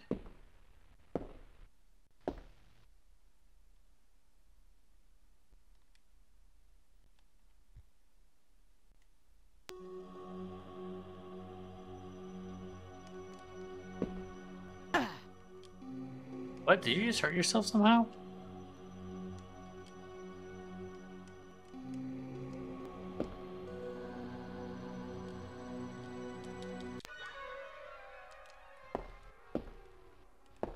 Get out of the room. Get out of the room. Ooh. Creepy little spiders. Are you coming this way? Oh, good. They stop. I don't remember what's this way. Oh, crap. It's the basement and the fucking rats.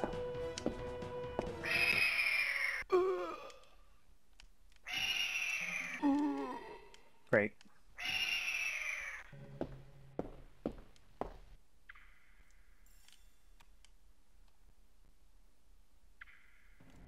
Nothing? Definitely take bullets. Oh no, I'll wait for that rat to go back and do his business wherever he's going. Actually, you know, while he's doing whatever.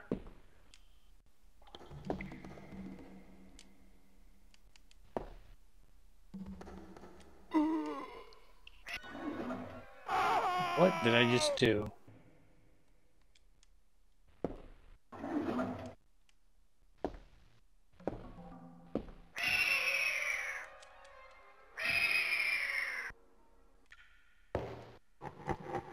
Fuck. That's...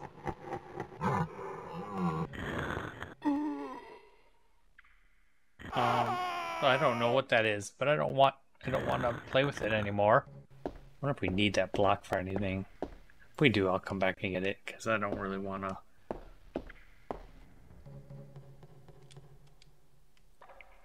Can you get up the stairs? Jesus. You can like no hurry to get up the steps. You know, wait for that rat to bite you on the ankles? Is that what you were trying to do? Oh, it's the dining hall.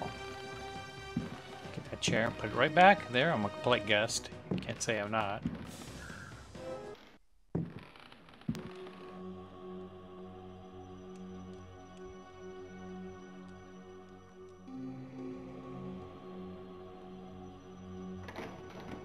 Oh, look at that. He found a letter in his, what, secret compartment, I guess is the secret compartment thing. Let's see what the letter says. They are coming! I have freed it's what's his hellish name? forces, and now the price must be paid. Derceto is the prey of evil. The sun has set. They will find my body, but will not have my soul. I can imagine the master's love the fury cheese. and the terror in the hearts of his slaves. I hear their footsteps. Some may understand what I have done. May God forgive me. Farewell, Jeremy Hartwood. So dramatic. And then he signs his name. Jeremy. It's like he stopped and paused to make sure everybody knew that it was he, Jeremy Hartwood. Back downstairs now.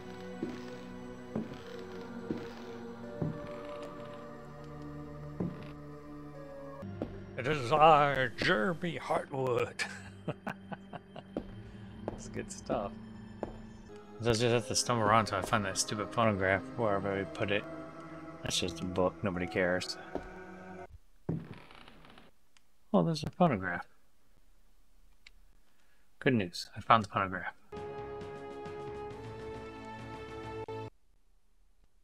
The trial of Captain what's this? Prext, as reported by his faithful companion Elisha Smith, known amongst his fraternity by the awful name of Captain Ellie Hell. Oh, what? Oh, God, I love this weird game. Transcribed from the log found aboard the wreck of the frigate Astarte by H. Hartwood. Oh, Hartwood. By all the devils!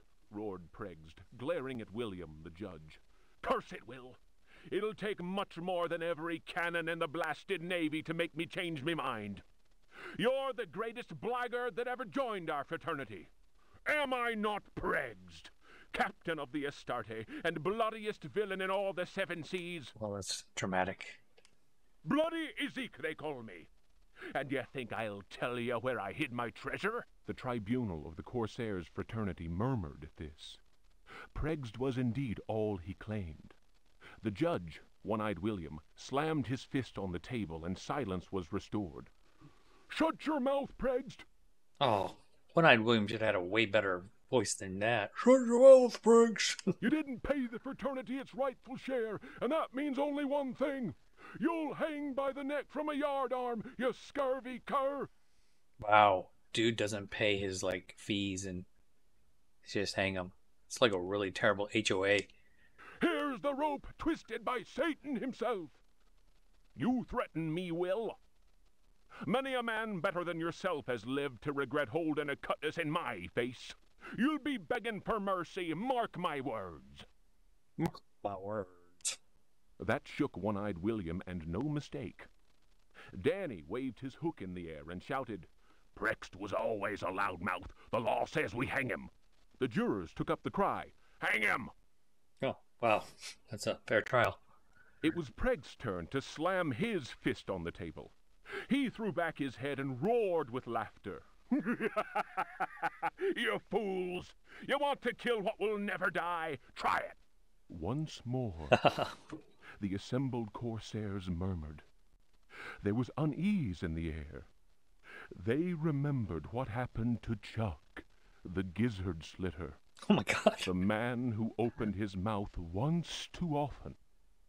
The gizzard slitter? What? It was night, and a bitter wind whipped the New England coast. Snug inside the Dead Horse Inn, one of the Astarte's men was talking. His name was Chuck, and his subject was black magic. He told stories of human sacrifices, voodoo rites, and zombies. Zombies. Less scandalous nowadays, but yeah. He told a tale of a time when their luck was down and they were holed up in a Florida swamp. Prext went missing. When he returned, he shouted, "'Tis the devil that guides us now, me hearties!" Whether that was true or not, the Astarte began taking loot after juicy loot. Juicy The loot. favorite song of the Astarte's men, Crash the Bones, was replaced by a new one. Is juicy loot not what I'm thinking is? It sounds like something else. A skull. Go to port, Sabre, to starboard. Pass over that will, and with death you'll deal. If you cut a rope, cut the right, I hope, or then I don't mind the death you will find. The next day, as you may have guessed, Chuck's body was found with a dagger plunged between his shoulder blades.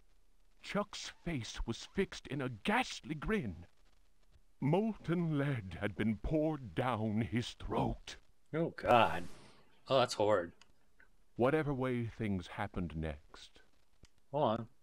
Whatever way things happened next. And I don't have the details. Prext was with us again, and we set sail for Florida. We anchored the frigate not far from New Orleans. Taking a few trusted companions with him, Prext set off into the swamp. They carried large wooden chests with them. 2 days later, we heard shots being fired and screams.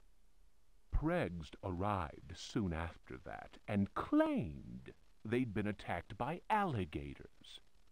He alone managed to escape with his life. He went on to say that the time had come to share out the spoils of our many loots.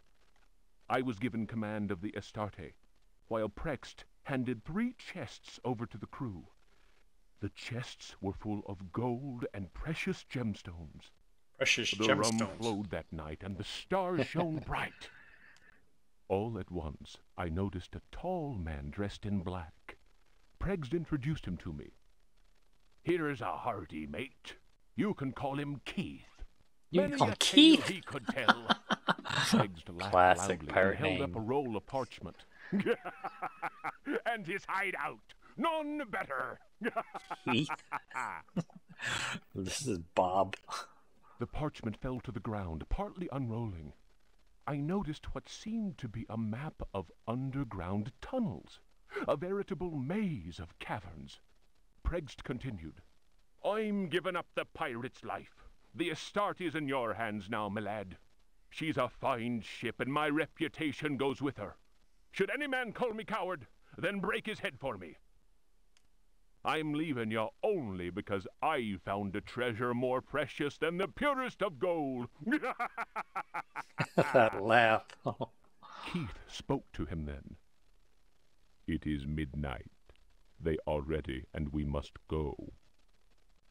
The stranger turned his cold eyes on me and said in a soft, chilling voice, "Sometimes Prext talks too much.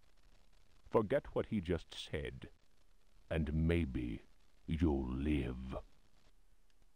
The fellow's words froze the marrow in my bones, and it was all I could do to mumble, "I'll not breathe a word." The canoe slid away into the night.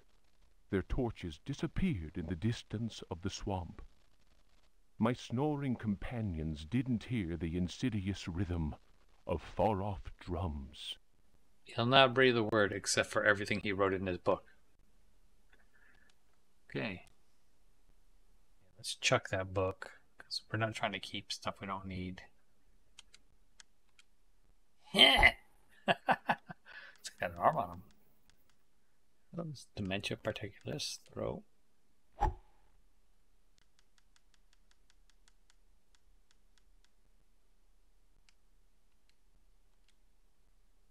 What?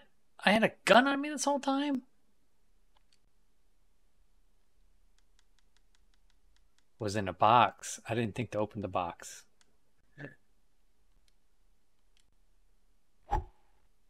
Yeah, I'm just throwing everything I don't want in a corner. I think we're good to go. So what we're going to try to do is...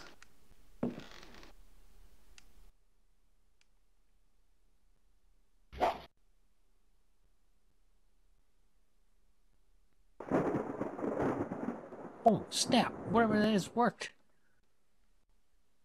Hell yeah. Oh, well, there we go. Nothing of interest there.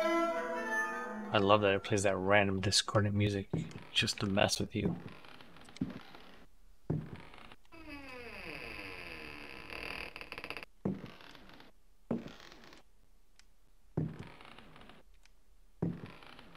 I found a book. Oh man, there's all kinds of books in this place. Isn't there? Oh.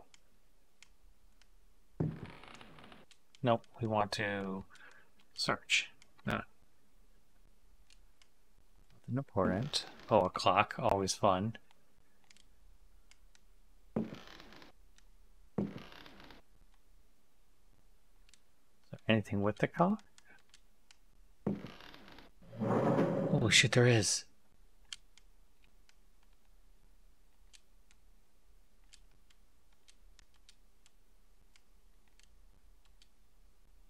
A parchment and a key. Oh dang.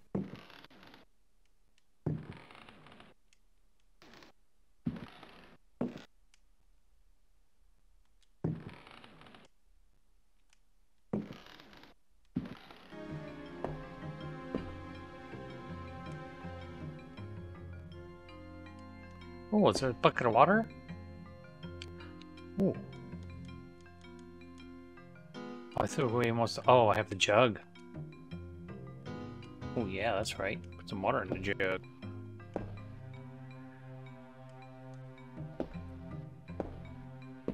I wonder if I can douse that stupid cigar.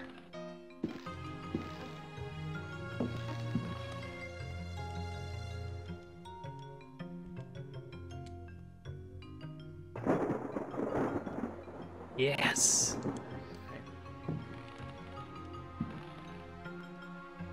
There we go. Get out of there while that clears out. Now it won't do it. Solid. Okay, nothing there to be concerned about.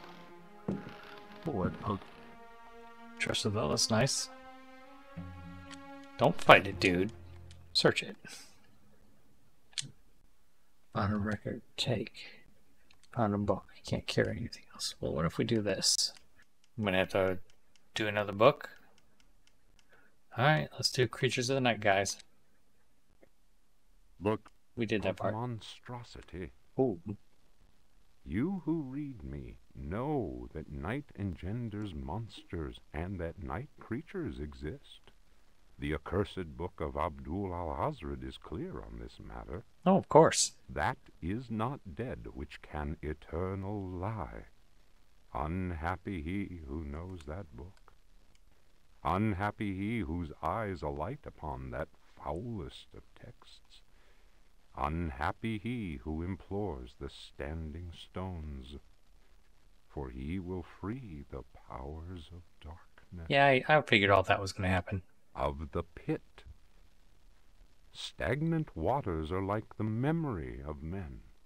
Beneath the surface calm, clawed beasts await and are known to initiates as the Deep Ones. Awaiting his It's a prey, Cthulhu Deep One story. seizes him and drags him down to the abyss, where Dagon, the cruel god, swims and reveres him whose name may not be pronounced. Oh, yeah. Of libraries. Unhappy he who frees the prowler. Unhappy he who meets the prowler erring among the books. He generates the vagabond that comes from other spheres. He believes the vagabond does not exist. So the thing in the library is this thing, the unhappy, or not the unhappy, the prowler. He will feel the embrace of death, for in the eyes of the vagabond, books are no more than dreams, stone no more than wind. The vagabond knows how to take the breath of the reckless. Okay, solid.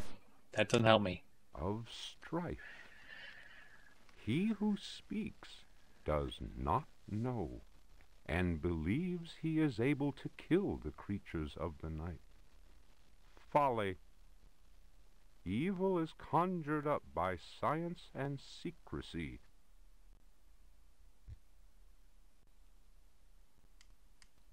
Of strife. He who speaks does not know, and believes he is able to kill the creatures of the night. Folly.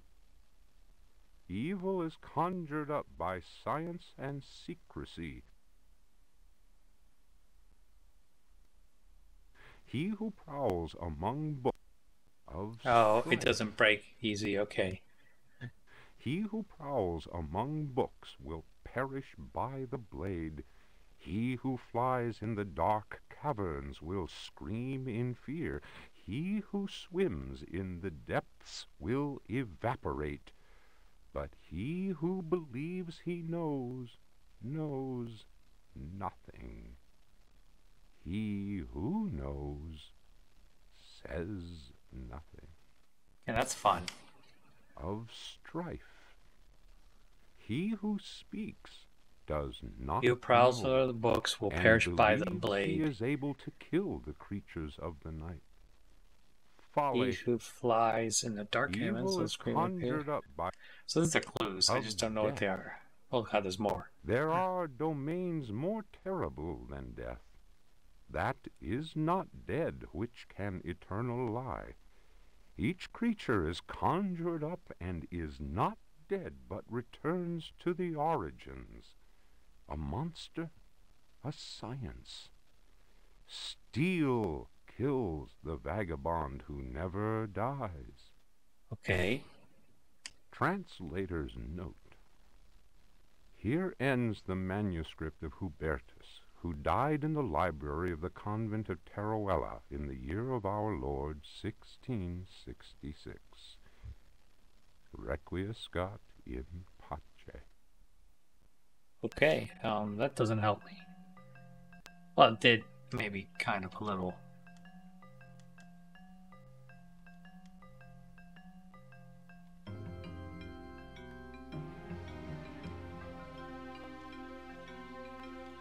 Take that book.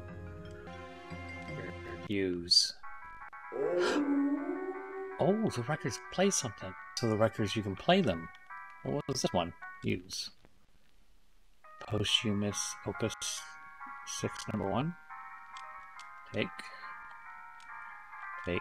Solid. Well, I didn't know that. That's good to know. It's hard to figure out sometimes with all this different stuff, what things do. Book. Read. Memories by Alistair Boleskine. Hello, Alistair Printed in Boleskine. London, It was during a conversation with G that one first heard of the New England fishing village of I. The area was apparently the ideal place from which to witness unusual phenomena in space. The quality of the air, along with the conjunction of several favorable factors, made one impatient to get started. Having gleaned what information one could from the British Museum, one set off with all haste. All haste. One's work on space and comets in particular had met with a warm response, and one thought it judicious to include several original sketches of the phenomenon, sketches which one felt were sure to arouse a great deal of keen interest in the scientific circles of 1834. One refers naturally to the passage of Halley's comet. Halley's Comet. Nice. Editor's note. Lord Boleskine's memoirs end at this point. Who knows what extraordinary contributions he might still have made had he not succumbed during his visit to New England to dementia, followed by an early death in St. Andrew's Hospital. We went nutso. The little Cthulhian backstory to this. Whatever, this place drove him crazy. Love it. That's good stuff. Oh, my records start back up? What the hell? Alright, I'm going to dump books I don't need. So where's the book? Memories. And we're going to... No, don't drop it! Oh, dang it. Meant to throw it. I prefer the yeet command over. Okay, let's go here. Another book. Read. A fake book. What? Does it open? Is this so that... Nope, you can throw it. Okay, alright, this is what I think of you, book. And you land right there, anyways. I did not mean to open the store. Well, where does that lead? It's locked. Okay, does this do anything? Oh, sweet, it does. Okay, let's go this way.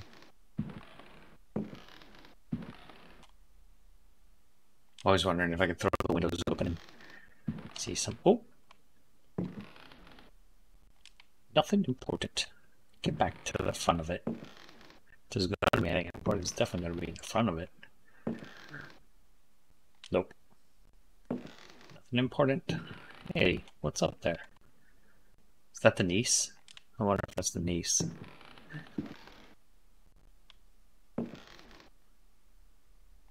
Find a record. Take it. You find a book. Take it. I found a book and a record, people. Why don't we get the record playing so we know what it is? Use.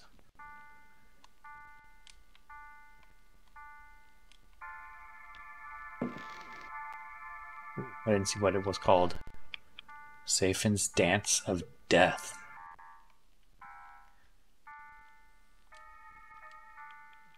Okay. That looks like you can use a sword.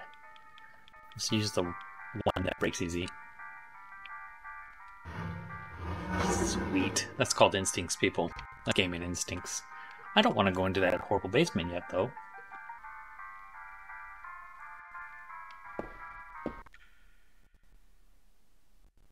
Yeah, no, I'm not doing that yet.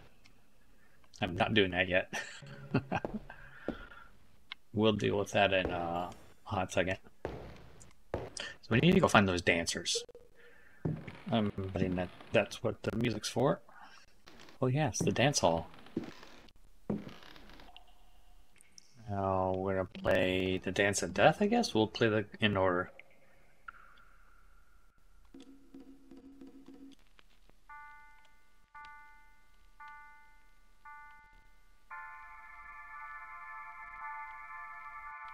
Dude, dance other way.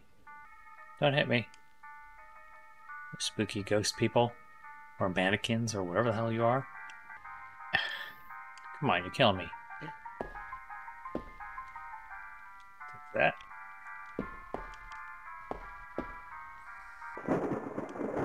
Ooh, that was close.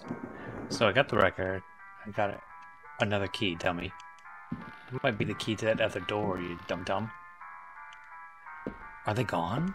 Okay. I mean, if not, I think it'll probably make us come back, right? Oh, I didn't do the library. There's some monster in the library. Damn it. And we'll go back and fight the purple library monster in a little bit after exploring. This might end poorly anyways.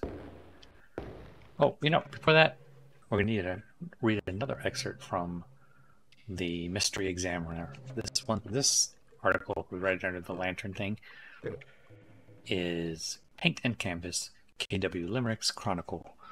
Although indeed one is tempted to say, because Jeremy Hartwood's talent was first discovered and nurtured by those whom Shelley termed the aristocracy of craze, it is feared that his force and inimitable technique are fated to wait in the antechamber of culture's Hall of Fame for some years to come. The mastery that marks even the earliest work is not, alas, sufficient to overcome the handicap inherent with his chosen. Some readers might find the term ill-chosen in view of the evidently obsessive nature of Hartwood's area of interest. The artist's attraction to the domain of the supernatural, while not without precedent, renders him unpalatable to many. His taste for the macabre exerts demands that only the strongest stomachs can meet. His exhibition at Boston's Rush Hall last fall provoked distinct murmurings among even his most ardent admirers. Allow me to remind you the titles of some of his paintings: Howling at the Moon, The Final Sabbath, The Abyss of the Unspeakable. A conversation with Hartwood afforded me some insight into the artist's perceptions. If the human mind were to learn of certain concepts common to a number of forgotten religions, it would certainly seek refuge in madness. There are things we should never know. How can one look upon his work without experiencing a certain malaise? This feeling of unease was only compounded by Hartwood's next utterance. My subject matter comes from my dreams, and yet I am convinced that such beings have always existed and always will. You remember that the expedition scheduled to run You may remember that the exhibition, scheduled to run for 3 weeks, was cancelled after a mere 48 hours. The esteemed colleague Magruder assures me that Derceto, Hartwood's home, contains paintings that are even more disquieting. And you got a little ad. For friends, the gift of smooth skin. This one will be up last. Okay, let's see if we can, die.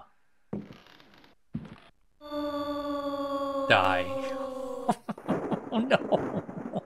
So we definitely can't go downstairs till we finish the library bullshit. I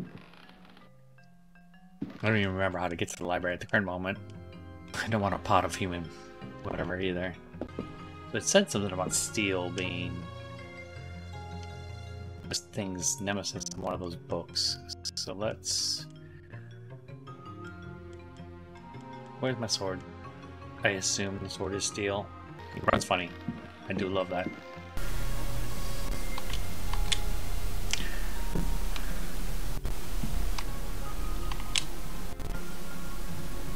Where's the sword? I want to put the sword on, see if we can swack this thing.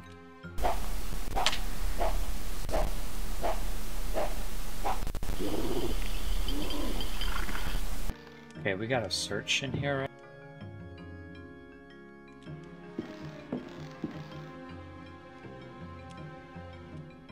Oh, too bad.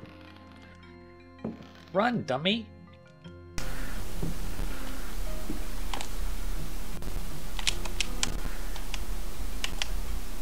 I need to go fetch that other book.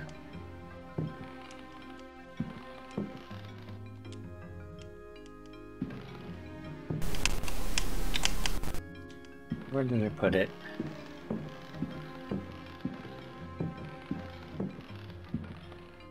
I threw it in disgust.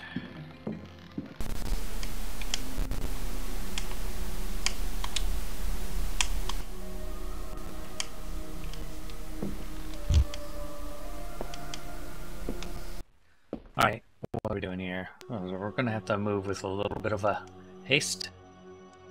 Back out of the room. Can you run? Just run. Run! He's coming for me.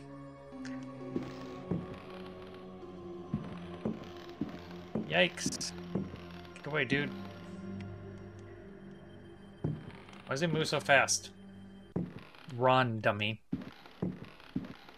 In case you're wondering, you have to double tap to run. It's suitably annoying.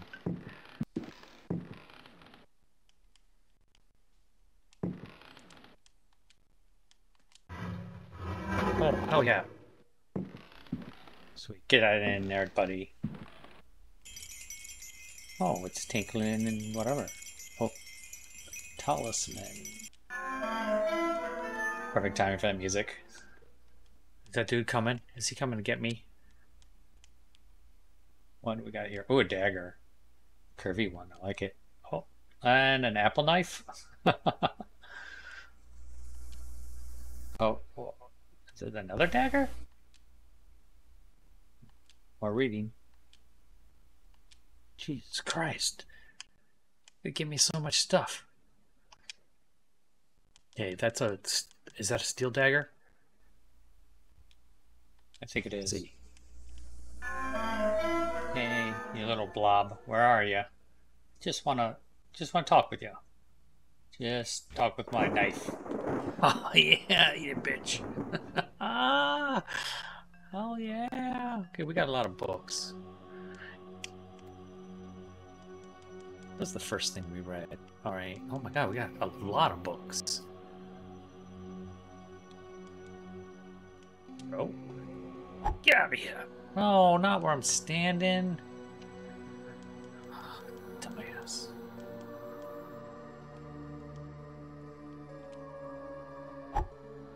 Okay, I guess we're not throwing things where I want to throw them then.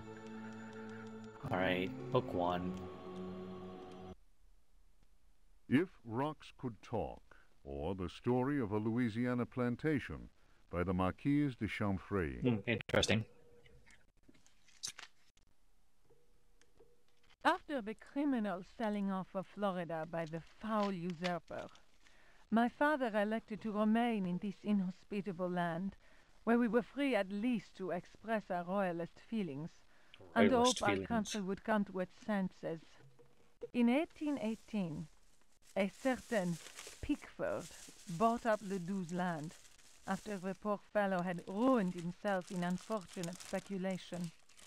Pickford soon turned out to be the most loathsome human we had ever encountered. Oh, I love that. He was an adventurer of the worst kind, nouveau riche, and bloated with a grotesque sense of self-importance. First came the incessant army of men with shovels, digging into the mountain of earth that was to fill in the surrounding swamp. The undertaking was quite stupendous. We learned from a slave that the final objective was to connect the existing caves with another one of gigantic proportions.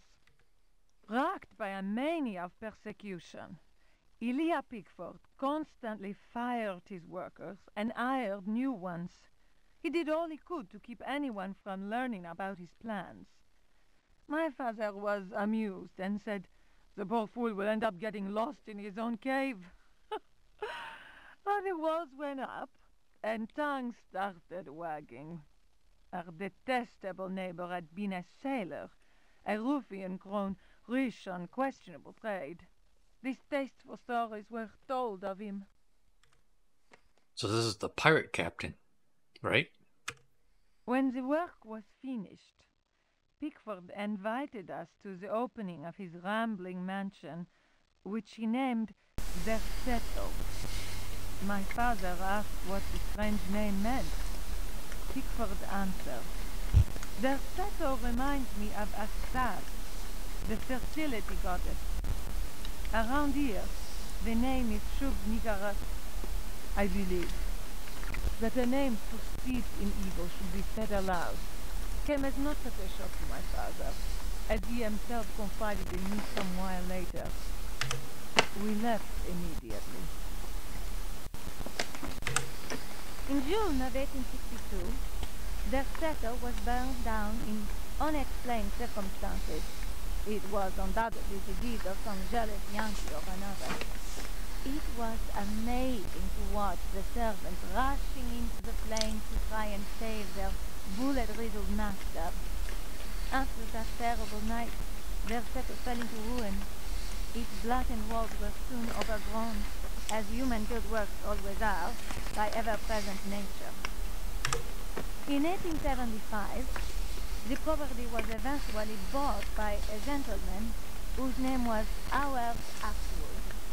I was sorry that my father, who delighted in fine conversation, was no longer alive to enjoy the company of his new neighbor.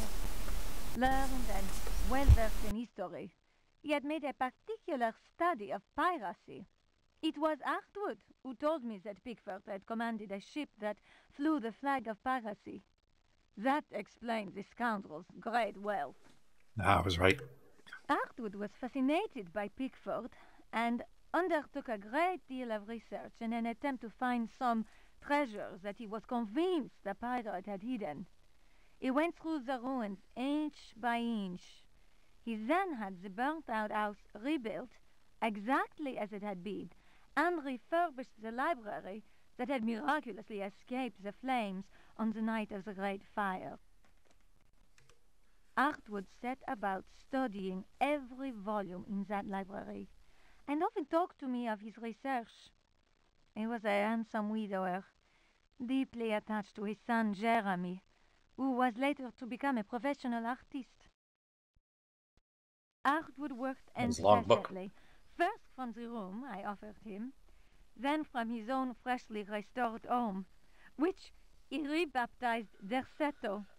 I imagine he hoped to enlist the help of the god of good fortune in his treasure hunt. As far as I have ever been able to tell, all his searching came to nothing. There were no lost treasures to be found at Derceto. I learned of Atwood's death while I was in Paris. But that, as they say, is another story.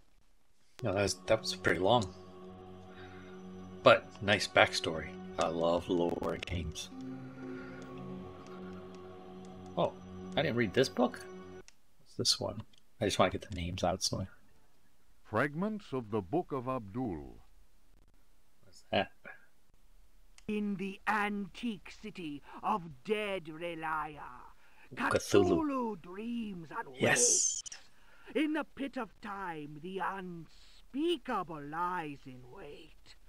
That is not dead which can eternal lie. Relaya, your blocks of stone seal the ritual that gives birth to fear. Cthulhu Fatang! Cthulhu Fatang! Ayah! Ayah! Let he who knows how to invoke the stones act. It is time. Let the shadow of Cthulhu darken the sky. May the servitor of the black goat of the woods with 1,000 youngs sound his flute in honor of the unspeakable. Cthulhu Fatang! Cthulhu Fatang! Ayah! Ayah!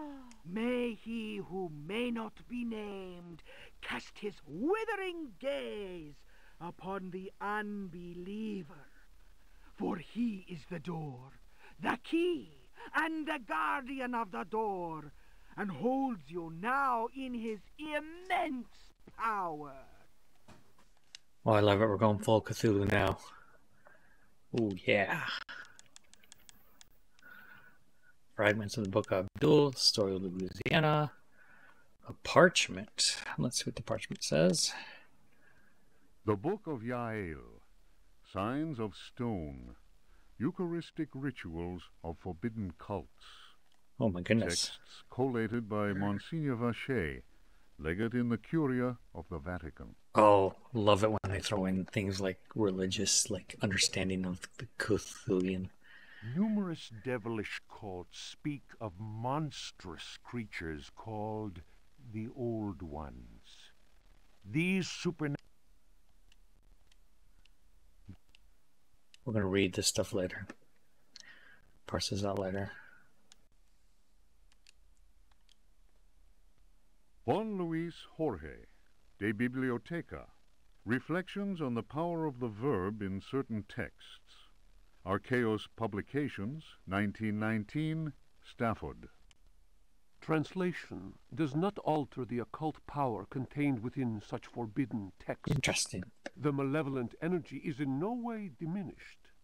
The spell must be cast aloud and clearly, in certain languages or little-known dialects. Maglafar Fathang. The reader will understand that, in the light of these revelations, I would be foolhardy to continue quoting from the text I have before me. If spoken aloud in its entirety, it would surely awaken powerful and malignant forces. Yeah. I will go further and say that simple reading of some of the more technical passages describing specific practices is in itself a perilous exercise. The ill-prepared reader can easily fall prey to attacks of demented hysteria, not unlike those described in cases of individuals said to be possessed by evil spirits. Okay. I recommend the study made by Zempf, Urbain, Grandier, and Loudon, and the reports made by the Reverend Richard Price concerning a number of astonishing, to say the least, exorcisms carried out in a parish near Providence. Very interesting. Given what I have written, we must be grateful to the librarians of the British Museum, who have never allowed consultation of the work of Al-Azib's startling work, the infamous Necronomicon. Copies of that work do exist, in spite of the zeal of book-burning inquisitors. For proof, we need look no further than the British Museum, of course, and the sealed archives of the Miskatonic University in Arkham. Oh, I love the Miskatonic. That's a Cthulhian thing. Other examples of books whose evil can be unleashed by any thoughtless reader are von Jutz's von Unersprechlichen Kulten and the abominable De Vermis Mysteries by Ludwig Prien, whose sordid death should be a lesson to all those tempted by a study of the occult. Oh, I want to know what happened to Ludwig Preen.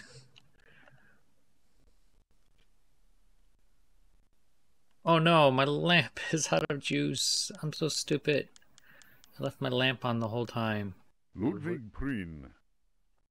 Oh, this is the big nasty bad book. De vermis mysteriis.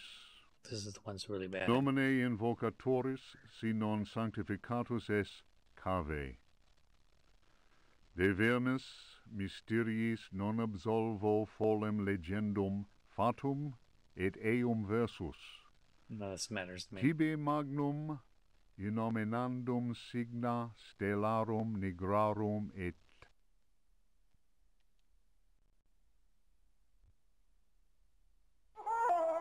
What? Oh, oh my god. That was amazing. That was pretty cool. My god, I got bent. Read it so we have all that information. Juan Luis Hort. Yeah, we already did that.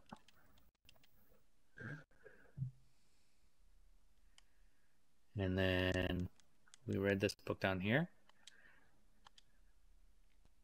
Fragment In the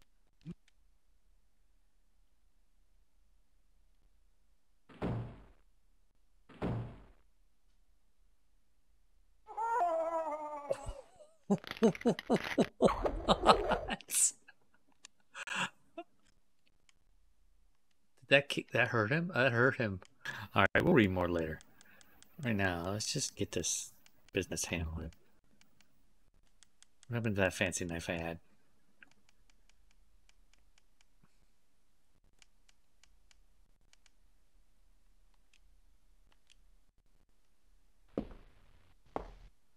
Can't believe that nonsense.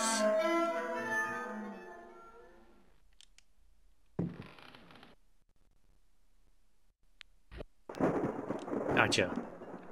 I burst your bubble. I don't know if I need those dumb books. That's the part. That sucks. I'll start checking books as I... Well, I could probably definitely check the thing. Oh no, I was... Oh. Yeah, I'll take the damage. I deserve it. I think we're about ready to get going here soon. Go down to that basement level.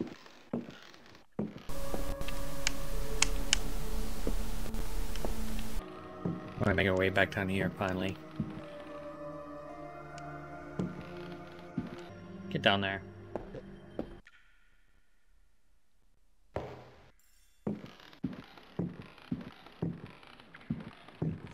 Don't stop short. There we go. We are here no matter what now.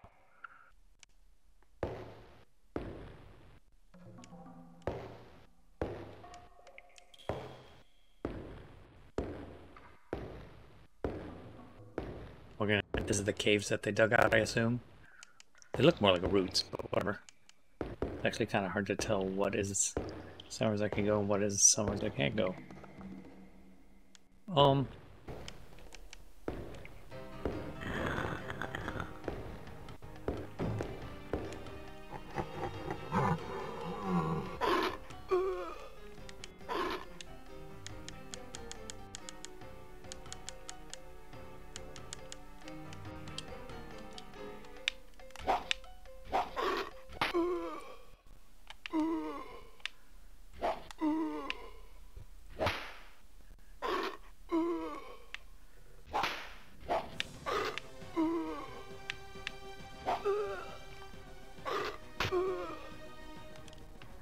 That was hideous.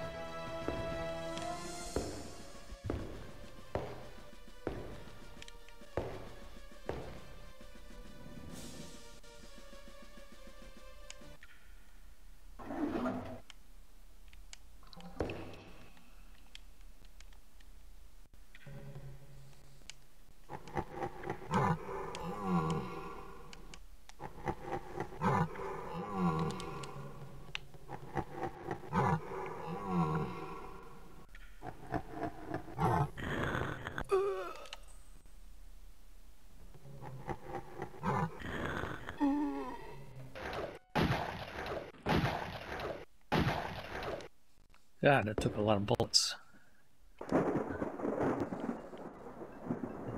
Now we're in the tunnels underneath Derceto. Oh, fuck you, you little monster.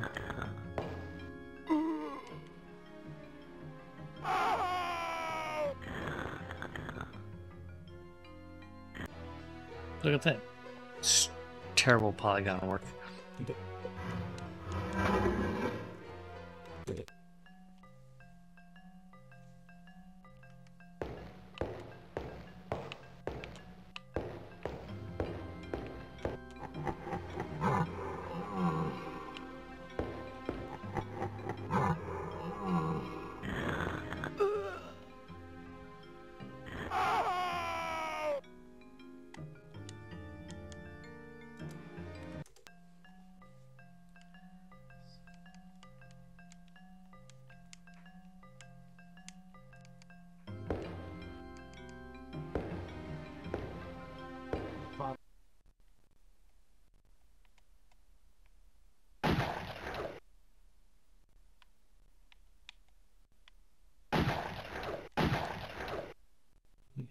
Doing anything? What if we use the... So, what is this? The Sacrificial Dagger. Oh. Otto Stern. Lumina Books. Okay. The importance placed on ritual sacrifice is constant in religious cult practice. Propitiating the gods is a theme common to many religions. The Old Testament affords many examples. Primitive polytheistic belief systems integrate sacrifice in their rituals as part of the recurrent process of reaffirmation and, naturally enough, group cohesion. The members of their social and religious community come together in an act of purification and atonement.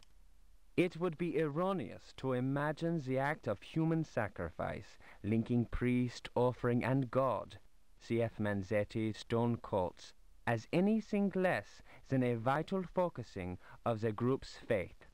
The act also ensures the continuing appeasement of the god, but only if practiced by a recognized officiating priest using the appropriate instrument. A trombone. Studies made concerning primitive religious groups bear witness to the central role of sacrifice in living ritual.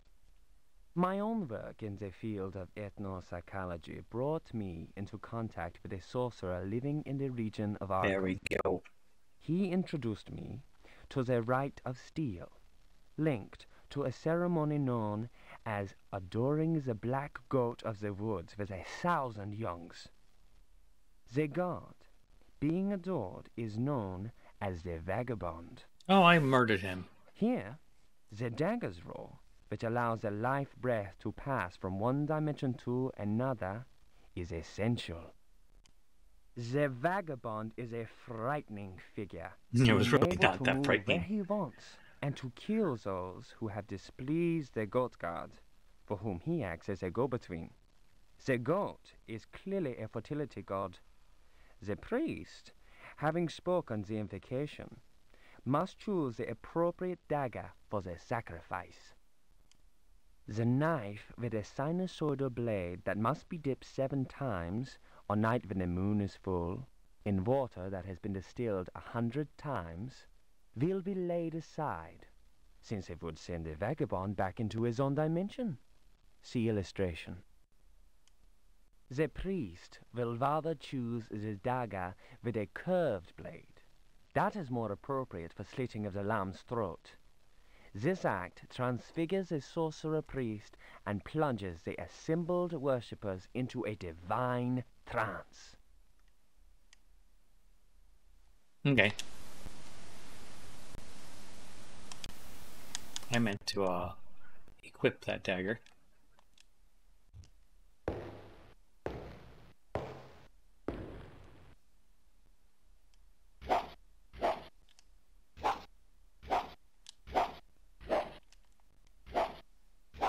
Not gonna let me kill this thing, are you? I learned about one if there's like a way I can... Is this butt still gonna be stuck in this doorway? Nope.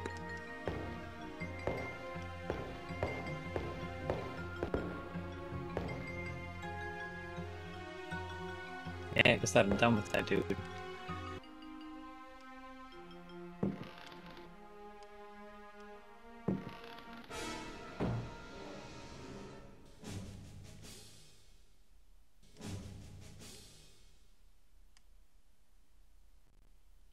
Oh, there we go. Look at that dude. Oh my god, he's terrible.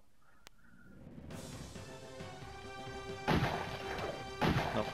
No, that didn't do any good.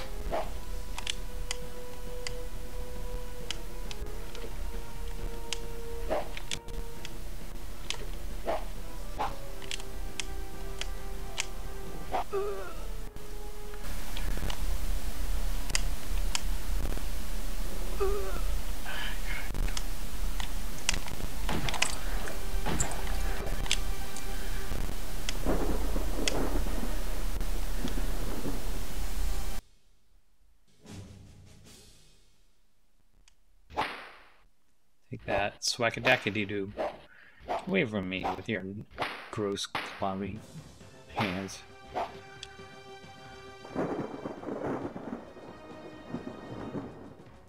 One of those bubbles are just randomly colored. Okay, I'm thinking they just keep coming back.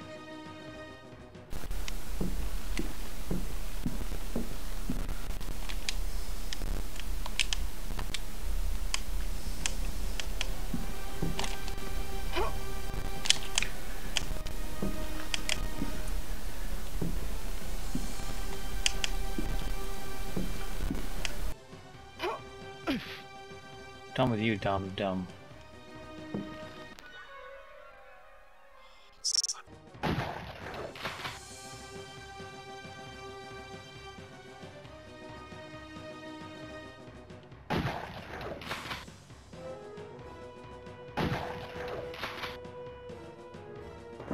Okay, we can't kill this thing. It's good to know. That was a hideous, weird, crawling abomination. I don't know what it was. It was like a rat spider, which is a terrible combination. Beware the rat spider. Oh man, these ankles really are something. See what kills us in this little fun zone.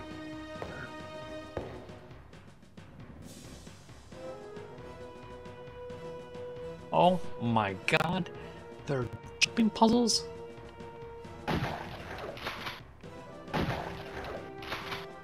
Get in there.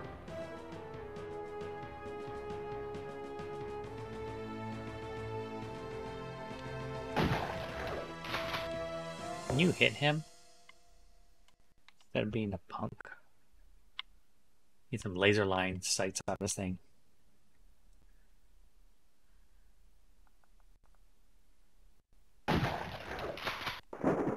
Oh, you're gone. You're doing pretty good. This is going to be a slight problem, though. Oop.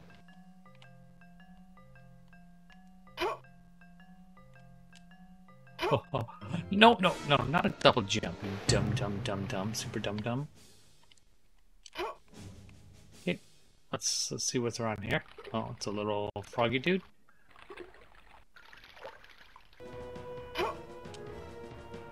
Jeez. Around a little bit.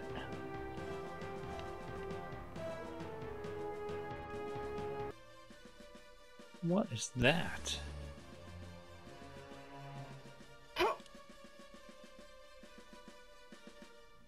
Is that where I came from? No. I thought this jumping pixel was going to be worse than it is.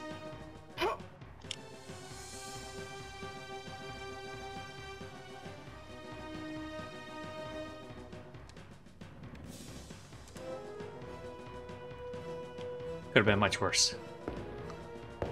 of the parkour I've had to suffer in games, that was not that bad.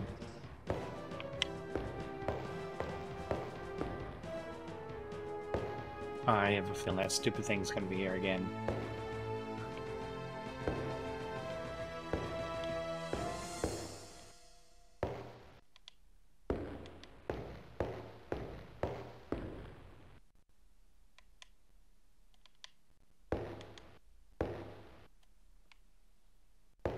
Looks vaguely familiar.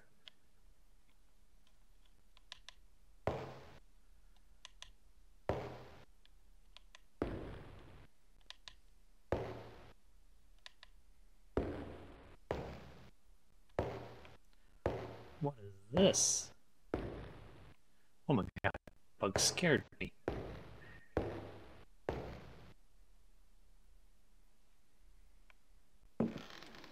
Alright, there's a sword up there, there's a sword here. No, no! I'm so stupid. This is one of my favorite things about survival games that add a little bit of like, you can defend yourself if you can kind of like scam the system enough.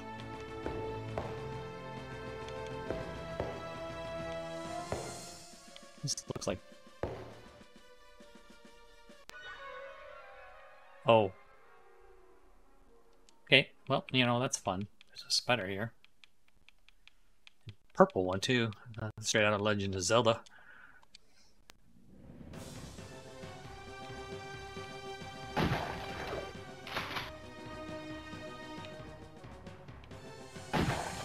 Oh, he's too big for me to hit. Good times. Arrow, arrow, sword.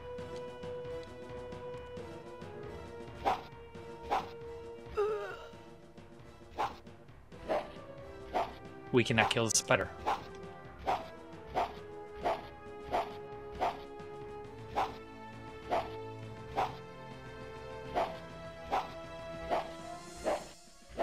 Do I have a giant boot I can use? Damn it. Nope, can't hop on him.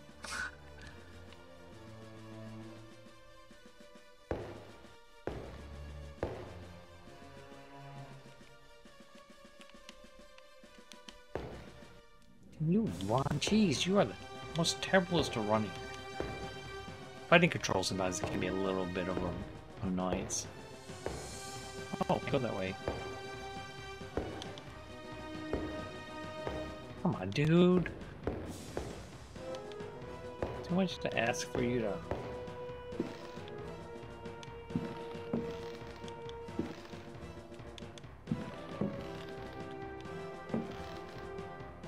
Right into the water.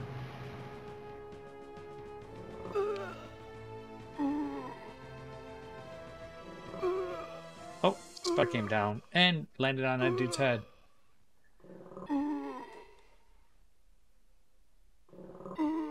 Well, at least I can see the whole puzzle now. Lift this up, we're not gonna go play with the spider at the current moment. Feels like a bad idea. You could lure the spider and then go back and... Yeah, I'll do that. Hold on, what are we on?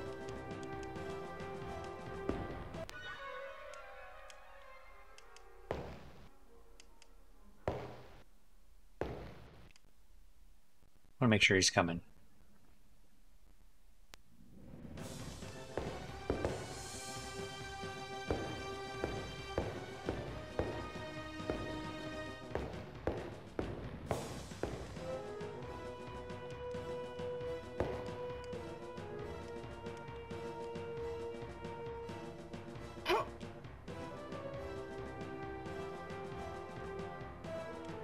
See, the spider makes his way out here. Am I going to be clever, or am I just overthinking my own stuff?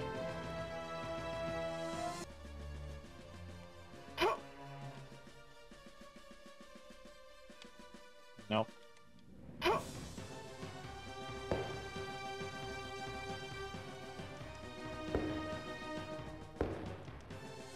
Maybe we went back because I didn't learn far enough. It looks like it. Oh, hey, dude.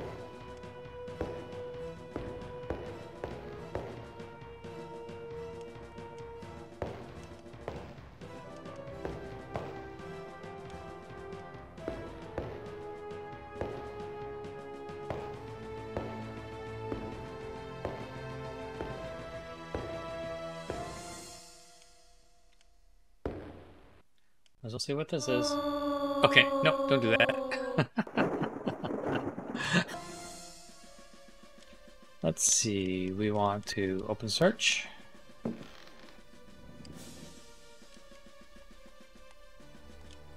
What? Well, that doesn't do nothing. Oh, is that a giant bug? Maybe the swords would mean something else. We'll just stroll on this way and hopefully it doesn't fall in the water like I did last time. There's another sword. Oh, nope, can't do anything with it.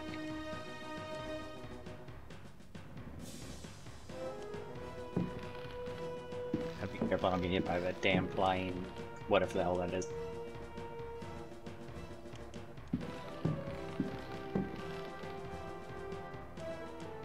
Treacherous navigating with these controls. Oh my goodness. Stay away, you bug.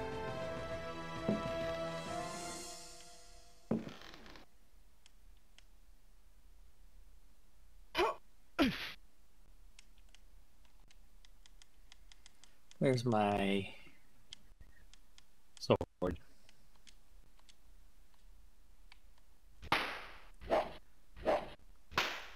Got you. Coming back for another swing? Yeah, that's right. Oh, there you go. Take a little bath. I think killing a fly with a sword might be overkill, but I'm gonna go with it. Oh, that's a skull on a pike. Are those like warning indicators with look which way to go? So treacherous. Oh my god. I can't believe I did not fall in there. Why does this even exist like this? Uh-oh. Oh my god, get up here. Good, get rid of that Pluto. Whoa, this is really difficult. These controls mixed with this camera angle shit is brutal. Okay. At least I'm almost there now. Hopefully I don't walk off this ledge trying to go this direction.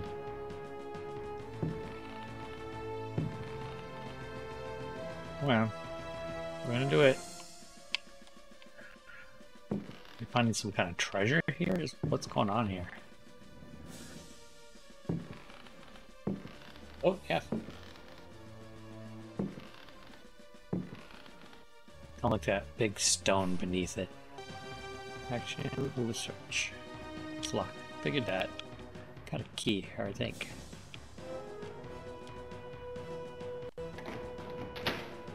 Yeah! I found a gem. And a book. This game really likes to throw the books at us. Not the police way. The library way, I guess. No, that's not the only reason we're here. Okay, let's read the book. Memories of a Lost Soul. Yeah, let's do it. The mask must fall. You who discover this manuscript, understand this. I am here at your side. I am waiting in the darkness of my crypt. Soon you will belong to me. One of my slaves wrote this document. I have lived for 3 centuries, and my name is Ezekiel Prakes. We have this pirate captain. Pickford. You may choose which to call me. I do not hide out of fear. My power is immense. I have sailed the 7 seas. My ship, the Astarte, spread terror through all the continents. The corsairs judged me like the Welsh judges of 1620, but they could not destroy me, and neither could the pirates. Now, I am immobilized. Immobilized. Yankees! You know, that's what the Boston Red Sox say all the time. Witchcraft. voodoo, and the Cthulhu cult. I know them all. I have reigned and implored the stones. Only the Chthonian haunts the cavern and resists me, but he dare not attack. I have need of a living body to regenerate myself. The Heartwoods managed to escape from me, but you who are reading these words, you will yield to my embrace. Oh, he just wants to hug me. I hear your ragged breath and smell the stench of your fear. I have vanquished death. I built Deseto. I know what it is to wait. Cthulhu helps me. My servants will lay you upon the sacrificial stone. My roar will so when you rend fall, that's the what they night. do. You will be mine, and I shall reign once more.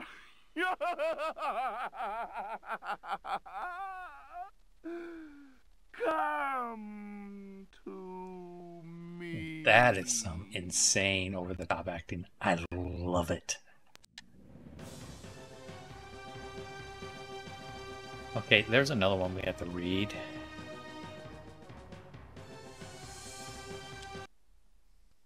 The Book of Yael, Signs of Stone, Eucharistic Rituals of Forbidden Cults.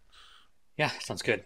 Numerous devilish cults speak of monstrous creatures called the Old Ones. These supernatural beings are believed to be possessed of powers equivalent to those of the gods of antique religions. Antique religions. Adepts of such cults refer to forbidden literature in order to cause these frightful entities to appear before them. What serious student of folk myths has not come across the names of Cthulhu and Shub-Niggurath? I fought Shub in the Quake game. It must be said that these creatures wield tremendous power and are difficult to control once they have been unleashed into the world.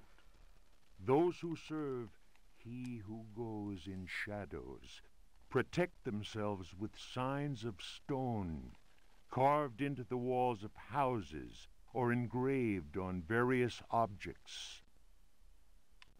For those misguided servants of evil, the best protection appears to be that afforded by the sign of the most ancient gods, engraved in Manar stone, a heavy material I have that, said don't I? to be disagreeable to the touch.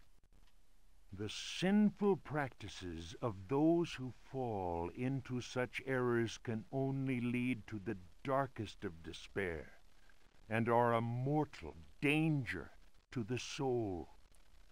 Such monsters as those invoked by these foolhardy individuals are engendered when reason drops its guard. Man is easily tempted into perversion. It is why we must forever remain alert and renounce Satan with each breath we take. His ways are infinite in number. Solid, dude. Thanks. Thinking this has got to be the end game spot. What is this? I got an act, but I can't remember. I can't just walk into it and push. You've got. Oh, yep. Look at that. Hello. I'm gonna do what that pirate said.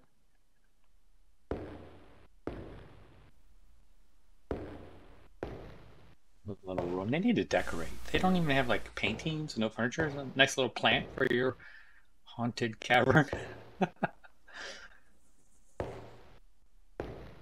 Not even any place to put my keys. Oh, okay. We've got 2 ways to go. Let's do this way. Nope, can't do that. Something's gonna come out of there and attack me probably then. We'll see what's down this hallway. Hopefully we're getting near the end. Whoops. Oil lamp, buddy. Oh no. I'm not out of maze. Gosh, to be hosing me. Not that way.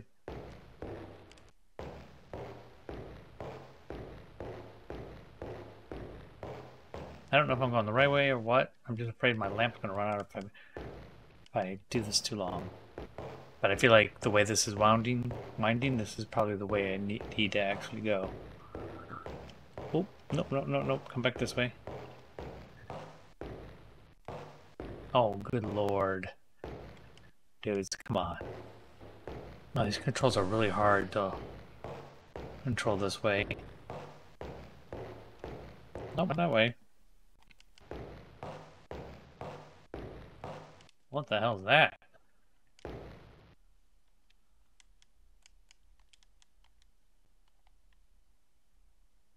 There's a mechanism to trigger. I don't know which mechanism. So we will try the talisman. No. Okay, back up. Put that down so we can see. Now we want probably that stupid gem or whatever the hell that thing was. Talisman, dagger. Oh, the gem. It looks gem shaped. Yeah, that's right. Just head into this creepy ass door.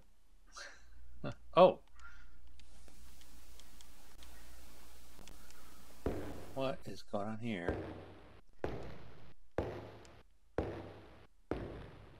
Whoops. Oh. Let's see what this tree's about. Oh my god! It's shooting fireballs at me! Why is that tree shooting up? Wait, why is there a tree underground? Oh crap. It's one of those things in the water. Oh god. No! No! Oh, I'm caught in the endless cycle of being swatted by a freaking... Oh, sweet. Oh, they shot that little monster.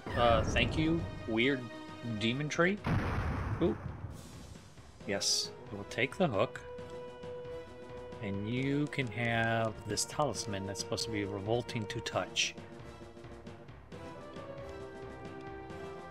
And then... we'll use... Oh, wait, what just happened to me? Okay. I'm gonna burn the son of a bitch, I hope. Lighter, use. Oil lamp, use. Nope. Oil lamp, throw. Oh, there he is! That's the dude! He's encased in that thing. Oh shit, oh shit. Get out of here! Oh, I just burnt that little tree monster down. Yeah, who's so tough now, you fake pirate? Get up there. There we go. Rossetta's falling apart. I didn't even use a pun for that tree, like... I don't know. Oh, shit. Please use. Said, like... I didn't catch on fire if I were you? Okay, sorry. Oh, yeah, there we go. I just need to get out of this place now. If I remember which way to get out. Oh my god. Not the maze. What? I don't remember which way to go. I don't know where I'm going, so this is fun. We gotta get out of here in time, I assume? I don't see a timer or a countdown or anything. Shit. Not that way, Martin. This is nuts. Come on. Get the hell out of this house. Out of this place. Is that the way out? Forget already. Oh, what did I just do? Oh, I'm such an idiot. I just came back. Well, that was not smart of me. Well, I'm definitely going to find out if there's a timer. Alright, this better be the way out. Otherwise, I'm kind of foobar. Oh, there we go.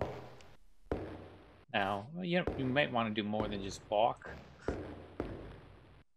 god, do I have to do the puzzle again? Wait, no, I can't get back that way. What if I... Oh? Okay, never mind, I'm gonna go this way. I'm all good. I'll find my way out, don't mind me. I'll just swim there. Is this a way out here? Can I get this way? Oh, I don't know what's in this hole there. Oh, that is a little pathway you can go in. Oh. Oh, sick. Okay, can you get it, dude? Oh, there you go. Oh, yeah. Now I guess we're just getting to the exit. Is that our goal? Yeah, we're just trying to find the door, I guess. Is the hideous monster in this tunnel still here? That's my question. Okay. Just come which way? Running through the tunnels? Oh, I'm really glad I got to visit the tunnels again. I thought that was going to be something. It was down this way, right?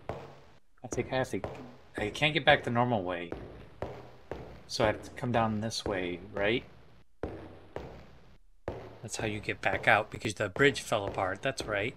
He's going to crawl through the sphincter of the tunnels. That's a disgusting way to refer to that. I am sad that I did that.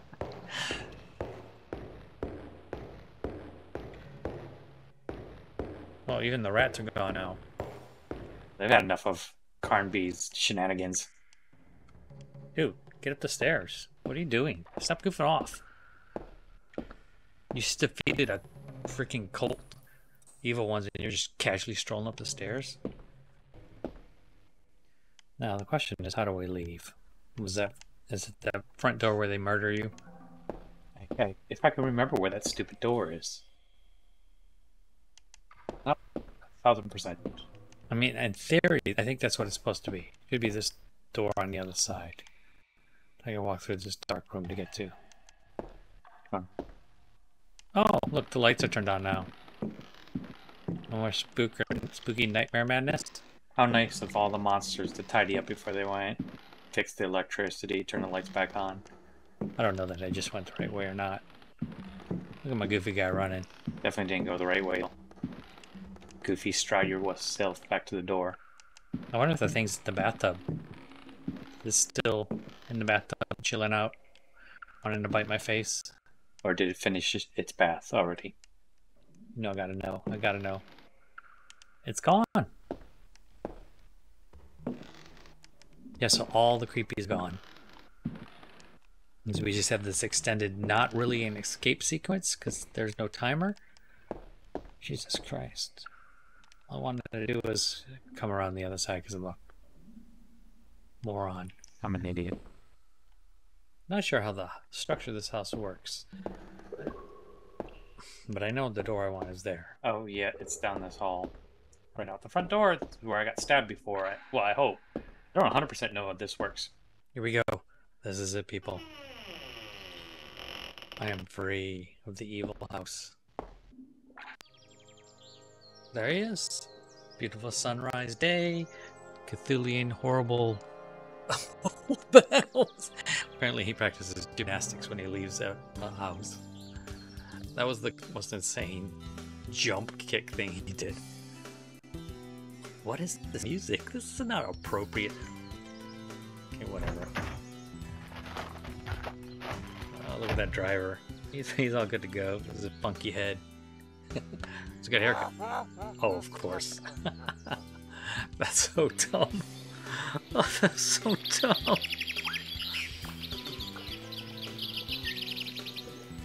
That's it. Can we beat Alone in the Dark? I'm going to say right now, I love the atmosphere, I love the lore that they added to it. It's just hard to play the older games now. just the conventions. You could see the, like, steering the character was terrible, using objects was terrible, a lot of the puzzles were obtuse. I'm glad I played it. Universe saved. Till Alone in the Dark 2, I guess. I wanted to play this one before I headed into Resident Evil as a basis, so here we are. That's the end. Till next time, have a good one.